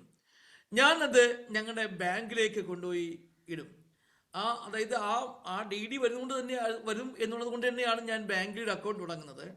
ആ ഡി ഡി വരുന്ന സമയത്ത് ഞാനത് ബാങ്കിൽ കൊണ്ടുപോകും. അത് അന്ന് തന്നെ ആ 400 രൂപ ഞാൻ വിഡ്രോ ചെയ്യും. അങ്ങനെ അത് ചെയ്യുന്നപ്പോൾ ഒരു ദിവസം ഞങ്ങളുടെ ബാങ്ക് മാനേജറിനോട് ചോദിച്ചു, താങ്കൾ എല്ലാ മാസവും ഈ ബാങ്കിൽ വരും, 400 രൂപയുടെ ഡി ഡി ഇടും, എന്നിട്ട് അന്ന് തന്നെ ആ പൈസ നിങ്ങൾ വിഡ്രോ ചെയ്യും, നിങ്ങൾ ആരാണ്, എന്താണ് ചെയ്യുന്നത്, എവിടുന്നാണ് ഈ ഡി ഡി വരുന്നത്? അപ്പം ഞാൻ അദ്ദേഹത്തോട് കാര്യങ്ങളൊക്കെ വളരെ വിശദീകരിച്ച് പറഞ്ഞു. എൻ്റെ ഒരു സ്നേഹിതൻ ഞങ്ങൾക്ക് ഇവിടെ ഞങ്ങളുടെ പ്രവർത്തനത്തിന് വേണ്ടി എന്ന് പറഞ്ഞു കഴിഞ്ഞാൽ ഞങ്ങൾ ഇവിടെ ചെയ്യുന്ന ആതുര സേവനങ്ങളുണ്ട്, ഞങ്ങൾ കുഞ്ഞുങ്ങളെ പഠിപ്പിക്കുന്നു, ഞങ്ങൾ ഇവിടെ താമസിച്ചുകൊണ്ട് സുവിശേഷ പ്രവർത്തനം നടത്തുകയാണ്. അപ്പോൾ അദ്ദേഹം പറഞ്ഞു, ഞാൻ നിന്നെ ഇത്രയും നാളുകൊണ്ട് കാണുന്നു, നീ വന്ന് ഈ പൈസ ഉടനെ തന്നെ എടുത്തുകൊണ്ട് പോവുകയാണ്, ഈ 400 രൂപ കൊണ്ട് നിനക്ക് ജീവിക്കാൻ പറ്റുമോ? ഞാൻ പറഞ്ഞു, സാറ് ഞാനിങ്ങനെ ഗോസ്പൽ സെയിൽ ചെയ്യുന്ന ഒരാളാണ്, എൻ്റെ കയ്യിൽ അന്നൊരു ബുക്ക് ഇരിപ്പുണ്ട്, ഞാൻ അദ്ദേഹത്തെ എടുത്ത് കാണിച്ചു. ഞാൻ പറഞ്ഞു, ഇത് ഞാൻ വിൽക്കുന്ന വ്യക്തിയാണ്, വിൽക്കും, അപ്പോൾ ഇതിൽ നിന്ന് ലഭിക്കുന്ന വരുമാനം കൂടിയാണ് ഞങ്ങളുടെ കാര്യങ്ങളൊക്കെ ഞങ്ങൾ ചെയ്യുന്നത്. അപ്പോൾ ഇതൊക്കെ കേട്ട് കഴിഞ്ഞപ്പോൾ ഇദ്ദേഹത്തിന് ഭയങ്കര ഒരു അനുകമ്പ എന്നോട് തോന്നി. അദ്ദേഹം പറഞ്ഞു, നീ കേരളക്കാരനാണല്ലേ? ഞാൻ പറഞ്ഞു, അതെ, ഞാൻ കേരളക്കാരനാണ്. അപ്പോൾ അദ്ദേഹം പറഞ്ഞു, ഞാൻ കേരളക്കാരെയൊക്കെ ഭയങ്കര ഇഷ്ടപ്പെടുന്ന വ്യക്തിയാണ്, എനിക്ക് കേരളക്കാരെയൊക്കെ ഭയങ്കര സന്തോഷമാണ്, അവരൊക്കെ പഠിത്തമുള്ളവരാണ്, ഒത്തിരി നല്ല നല്ല കാര്യങ്ങൾ ചെയ്യുന്നവരാണ്. നീ ഒരു കാര്യം ചെയ്യേ, നീ കുട്ടികളെയൊക്കെ പഠിപ്പിക്കുന്നുണ്ടല്ലോ, ഞാൻ ഒരു ചെറിയ ലോൺ നിനക്ക് തരാം, നീ അത് കൊണ്ടുപോയി ഒരു സ്കൂൾ തുടങ്ങേ, അപ്പോൾ ആ സ്കൂള് നിനക്കൊരു വരുമാനമാവും, നിനക്കത് അത് കുട്ടികളെ പഠിപ്പിക്കാൻ നിനക്ക് പറ്റും. ചുരുക്കി പറയട്ടെ, അദ്ദേഹം എന്നെ പ്രോത്സാഹിപ്പിച്ചു. ലവ് ഓൺ ലൈഫ് സൊസൈറ്റി എന്ന് പറയുന്ന ഒരു ഓർഗനൈസേഷൻ ഞങ്ങൾ രജിസ്റ്റർ ചെയ്തു. അദ്ദേഹം തന്നെ പറഞ്ഞു, ഇങ്ങനെ ഒരു സൊസൈറ്റി രജിസ്റ്റർ ചെയ്യാം, ആ രജിസ്റ്റർ ചെയ്യുന്നതിലൂടെ അതിലൂടെയാണ് എനിക്ക് പണം തരാൻ പറ്റുള്ളൂ. അങ്ങനെ അദ്ദേഹത്തിൻ്റെ പ്രേരണ നിമിത്തമായിട്ട് ലവ് ഓൺ ലൈഫ് സൊസൈറ്റി എന്ന് പറയുന്ന ഒരു സൊസൈറ്റി ഞങ്ങൾ അവിടെ രജിസ്റ്റർ ചെയ്യുകയും അതിൽ നിന്നും അദ്ദേഹം ഞങ്ങൾക്ക് അല്പമായ, അതായത് 20,000 രൂപ ഞങ്ങൾക്ക് ലോണായിട്ട് തരികയും ചെയ്തു. അതുകൊണ്ടുപോയി ഞങ്ങൾ ഗ്രേസ് അക്കാഡമി എന്ന് പറഞ്ഞ പേരിൽ ഒരു സ്കൂള് ആരംഭിക്കുവാൻ ഇടയായി. അപ്പോൾ അതിനു മുൻപുള്ള ഞങ്ങളുടെ കാലഘട്ടത്തിൽ ഞാൻ നേരത്തെ ഓർപ്പിച്ചതുപോലെ ചില സഹോദരങ്ങളൊക്കെ ഞങ്ങളെ സഹായിക്കാൻ വേണ്ടി മുന്നോട്ട് വരുന്ന ഒരു കാലഘട്ടം. ആ ഒരു സമയത്ത് ഞങ്ങളുടെ ലൈഫ് എന്ന് പറഞ്ഞു കഴിഞ്ഞാൽ ഒരിക്കലും ആരോടും ഒരു പെറുവെറുപ്പില്ല, ആരും സഹായിക്കുന്നില്ല എന്നുള്ള ഒരു മനസ്താപമോ സങ്കടമോ ദുഃഖമോ ഞങ്ങൾക്കില്ല. കാരണം നമ്മുടെ ഒരു പാട്ട് പാടണല്ലോ, ആര് സഹായിക്കും എന്നുള്ള ഭീതി എനിക്കില്ല. ആരെയും അങ്ങനെ മലയാളത്തിൽ പാട്ടുണ്ട്, ഞാനിപ്പോൾ കറക്റ്റായിട്ട് എല്ലാം ഓർക്കുന്നില്ല. ആ പാട്ടിന്റെ അടികളൊക്കെ അന്ന് എൻ്റെ ഹൃദയത്തിലേക്ക് ഓടി വന്നു. ആര് സഹായിക്കും എന്നുള്ള ഭീതി എനിക്കില്ല. അപ്പം ഒരിക്കലും സങ്കടം പറയാത്ത നിലയിൽ, ആരോടും പരാതി പറയാനില്ലാത്ത നിലയിൽ ഞങ്ങൾ ഇങ്ങനെ ഞങ്ങളുടെ ആ പരിസ്ഥിതികളൊക്കെ മനസ്സിലാക്കിക്കൊണ്ട് തന്നെ ഓരോ ദിവസവും മുൻപോട്ട് പോവുകയാണ്. അങ്ങനെ നല്ല തണുപ്പ് സമയമാകുമ്പോൾ ഞങ്ങളുടെ കയ്യിൽ യഥാർത്ഥത്തിൽ കമ്പിളി വസ്ത്രമില്ല. രജായി നമ്മളിവിടെ പറയുന്ന അന്ന് ഈ അതായത് റൂയി കൊണ്ട്, അതായത് പഞ്ഞി കൊണ്ട് ഉണ്ടാക്കിയിട്ടുള്ളിരിക്കുന്ന മെത്ത പോലുള്ള സാധനമാണ് രജായി എന്ന് പറയും.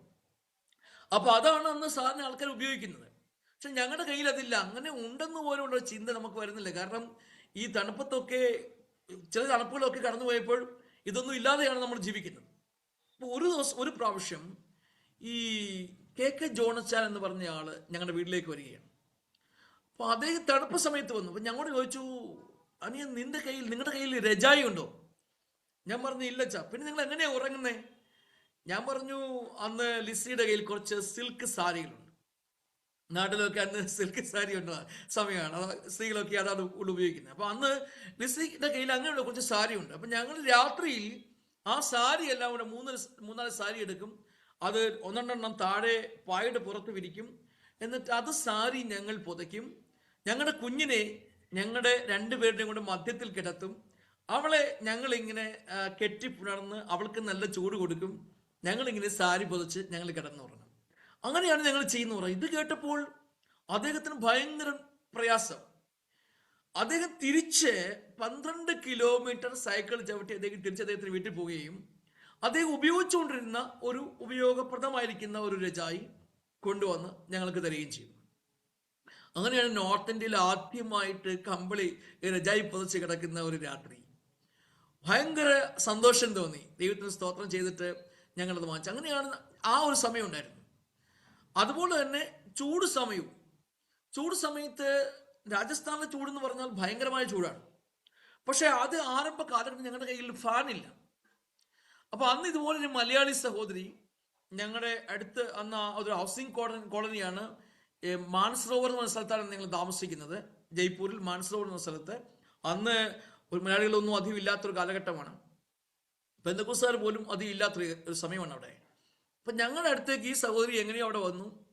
അപ്പൊ ആ സഹോദരൻ നോക്കിയപ്പം ഞങ്ങൾക്ക് അവിടെ ഫാനില്ല.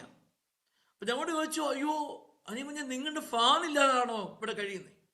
ഞങ്ങൾ പറഞ്ഞു അതെ ഫാൻ ഇല്ല എന്ന് പറഞ്ഞു. പിന്നെ എങ്ങനെയാണ് കഴിയുന്നേ? സാറിന് ഞങ്ങൾ എന്താ ചെയ്തെന്ന് വെച്ച് കഴിഞ്ഞാൽ എല്ലാ ദിവസവും രാത്രിയാകുമ്പോൾ ഭയങ്കര കൊതുകുള്ള സമയമാണ്, ഭയങ്കര കൊതുകാണ്. അപ്പൊ ഈ കൊതുക് റൂമിന്റെ അകത്തേക്ക് വരും. അപ്പൊ ഞാനിങ്ങനെ എന്നെ ചോദിച്ചു കഴിഞ്ഞാൽ ഒരു കൊതുക് പോലെ കെട്ടിയിട്ട് ലിസയും മോളെയും അകത്തേക്ക് കിടത്ത് ഞാനും അകത്ത് കയറി ഇരുന്നിട്ട് ഒരു പേപ്പർ എടുത്തിട്ട് ആ പേപ്പർ വെച്ചവർക്ക് ഇങ്ങനെ കാറ്റ് കൊടുക്കും.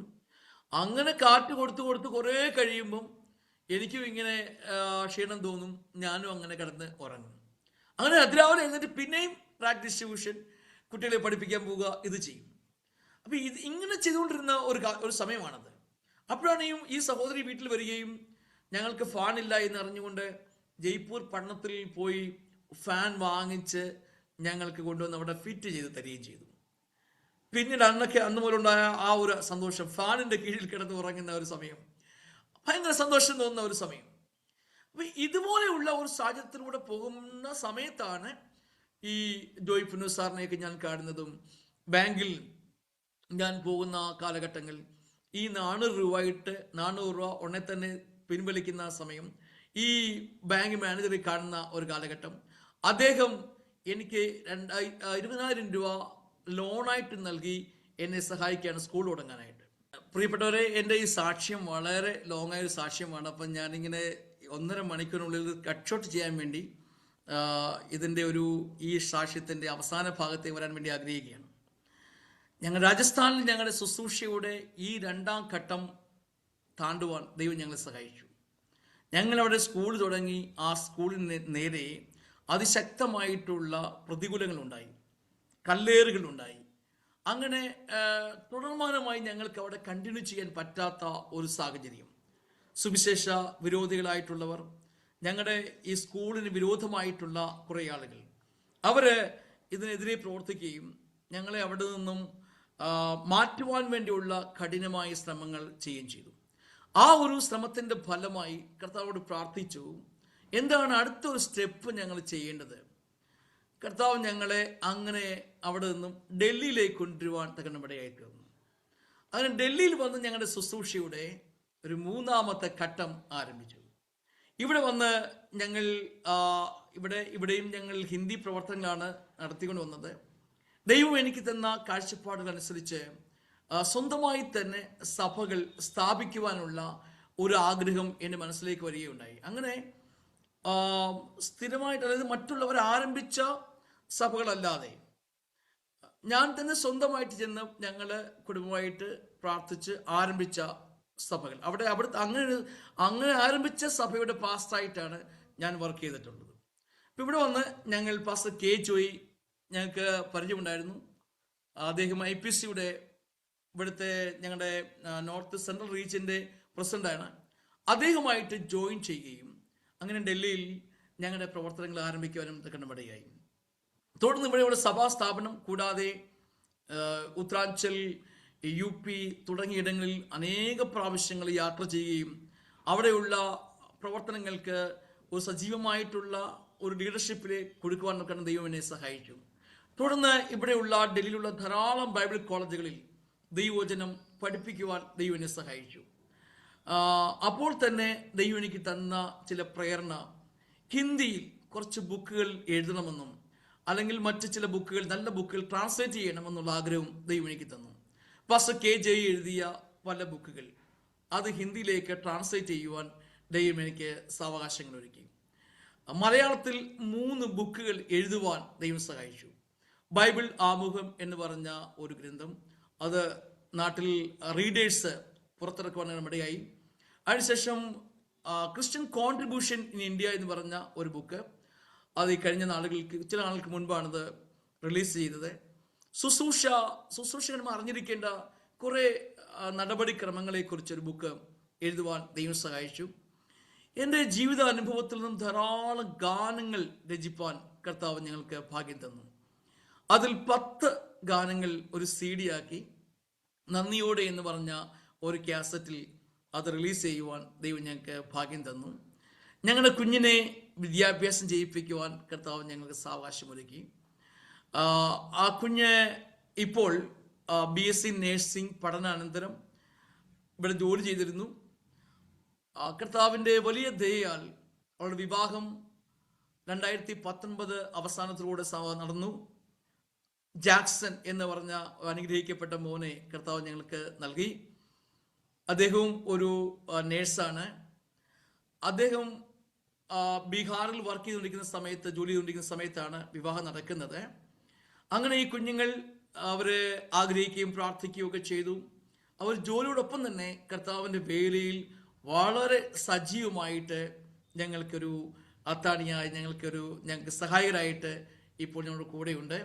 എന്നാൽ കർത്താവിൻ്റെ വലിയ കൃപയാൽ അവരുടെ പ്രാർത്ഥനയുടെയൊക്കെ ഫലമായി, അനേകരുടെ പ്രാർത്ഥനയുടെയും സഹകരണത്തിൻ്റെയൊക്കെ ഫലമായിട്ട് 4 വർഷങ്ങൾക്ക് മുൻപ് കാനഡയിലേക്ക് പോകുവാൻ കർത്താവ് അവർക്ക് ഭാഗ്യം തന്നു. അവിടെ പോയെങ്കിലും അവിടെയുള്ള സഭയോട് ചേർന്ന് കർത്താവിൻ്റെ വേലയിൽ അതിശക്തമായിട്ട് പ്രവർത്തിച്ചു വരുന്നു. ഇവിടെ ഞങ്ങളുടെ ഈ പ്രവർത്തനത്തിൽ കഴിഞ്ഞ ഇത് 40ാമത്തെ വർഷത്തിലേക്ക് ഞാൻ പ്രവേശിക്കുകയാണ്. എൻ്റെ ശുശ്രൂഷയുടെ ഈ ഫെബ്രുവരി മാസം 22 ആകുമ്പോൾ 40 വർഷങ്ങൾ നോർത്ത് ഇന്ത്യയിൽ പൂർത്തീകരിക്കുവാൻ ദൈവം അവസരങ്ങൾ നൽകി. അതായത് ഈ സമയത്ത് ഞങ്ങൾക്ക് ഒത്തിരി ചലഞ്ചുകൾ ഇപ്പോഴുണ്ട്. ദൈവത്തിൻ്റെ വലിയ കൃപയാൽ ഉത്തരാഖണ്ഡ്, UP ഇടങ്ങളിലൊക്കെ പ്രവർത്തനങ്ങളെ വ്യാപിപ്പിക്കുവാൻ, വിവിധ നിലകളിലൂടെ വ്യാപിപ്പിക്കുവാൻ കർത്താവ് സഹായിച്ചു. അനേക യുവാക്കളെ കർത്താവിൻ്റെ വേലയ്ക്ക് വേണ്ടി ഒരുക്കിയെടുക്കുവാൻ ദൈവം ഞങ്ങൾക്ക് ഭാഗ്യം തന്നു. അങ്ങനെ ഇപ്പോൾ ഞങ്ങൾ ഡൽഹിയിൽ ആശ്രമം എന്ന് പറഞ്ഞ സ്ഥലത്ത് താമസിച്ച് പ്രവർത്തിക്കുകയാണ്. ഞങ്ങളുടെ ഈ വർഷത്തെ ഒരു ടാർഗറ്റ്, വലിയൊരു പ്രാർത്ഥന, ഞങ്ങൾ ഈ കഴിഞ്ഞ 40 വർഷങ്ങളായി ഇതുവരെയും ഞങ്ങൾ താമസിക്കുന്നതും പ്രവർത്തിക്കുന്നതൊക്കെ വാടക കെട്ടിടത്തിലാണ്. അതായത് സ്വന്തമായിട്ട് നമുക്കിതുവരെയും പ്രാർത്ഥന ഭവനമോ അല്ലെങ്കിൽ പാഴ്സണേജോ ഉണ്ടായിട്ടില്ല. അപ്പോൾ ഈ 2026 അങ്ങനെ ഉണ്ടാകണം എന്നുള്ള ആഗ്രഹത്തോടെ ഞങ്ങൾ പ്രാർത്ഥിക്കുകയും പ്രവർത്തിക്കുകയും ചെയ്യുന്നുണ്ട്. നിങ്ങളുടെ ഏവരുടെയും വിലയേറിയ പ്രാർത്ഥന ഞങ്ങൾ ആ വിഷയത്തിന് വേണ്ടി ആഗ്രഹിക്കുന്നു. ഞങ്ങളുടെ ഇവിടെയുള്ള പ്രവർത്തനങ്ങളെ ഓർത്ത് നിങ്ങൾ പ്രാർത്ഥിക്കുക, ഇവിടുത്തെ സഭയെ ഓർത്ത് പ്രാർത്ഥിക്കുക. ഇവിടുത്തെ ലോക്കൽസിനിടയിലുള്ള പ്രവർത്തനമാണ്. അപ്പോൾ തന്നെ ഇവിടെയുള്ള ഇപ്പോഴത്തെ രാഷ്ട്രീയ പശ്ചാത്തലങ്ങളെക്കുറിച്ച് എല്ലാവർക്കും ബോധ്യമുണ്ട്. അതുപോലെ തന്നെ സുവിശേഷത്തിന് വിരോധമായിട്ടുള്ള ഒത്തിരി പ്രവർത്തനങ്ങൾ ഉള്ള ഒരു സ്ഥലമാണ്, സമയമാണെന്ന് നമുക്കറിയാം. അവരെല്ലാം ഓർത്ത് ഞങ്ങൾ പ്രാർത്ഥിക്കുന്നു. അതായത് സുവിശേഷത്തിന് വിരോധമായിട്ട് പ്രവർത്തിക്കുന്ന സംഘടനകളെ, വ്യക്തികളെല്ലാം ഓർത്ത് ഞങ്ങൾ പ്രാർത്ഥിക്കുകയാണ്. അവർക്കൊക്കെ ഈ സ്നേഹം അറിയാത്ത കൊണ്ടാണ് അവരങ്ങനെ ചെയ്യുന്നത് നമുക്കറിയാം. അതുകൊണ്ട് അവരിലൊക്കെ ഈ സ്നേഹത്തിൻ്റെ, യേശു കർത്താവിൻ്റെ സ്നേഹത്തിൻ്റെ ആ നിറവുണ്ടാകേണ്ടതിനായി നിരന്തരമായിട്ട് ഞങ്ങൾ പ്രാർത്ഥിക്കുന്നു. എന്നെ ഈ സാക്ഷ്യത്തിനായിട്ട് ക്ഷണിച്ച കർത്താവിൻ്റെ വിലയേറിയ ദാസനോടുള്ള പ്രത്യേകമായി നന്ദി ഒരിക്കൽ കൂടി അറിയിക്കുന്നു. വളരെ ലോങ്ങായി പോയി പല കാര്യങ്ങളും, എങ്കിലും ഇതൊക്കെ ചെറുക്കെങ്കിലും ആശ്വാസത്തിനും അവരുടെ ഡെഡിക്കേഷന് കാരണമായി തീരും എന്ന് ഞാൻ പ്രതീക്ഷിക്കുന്നു. എല്ലാ പ്രേക്ഷകരും ഒരു നിമിഷം ദൈവസന്നിധിയിൽ ഒന്ന് സമർപ്പിച്ച് പ്രാർത്ഥിക്കാം. ഞാൻ നിങ്ങൾക്ക് വേണ്ടി പ്രാർത്ഥിക്കാൻ വേണ്ടി ആഗ്രഹിക്കുന്നു.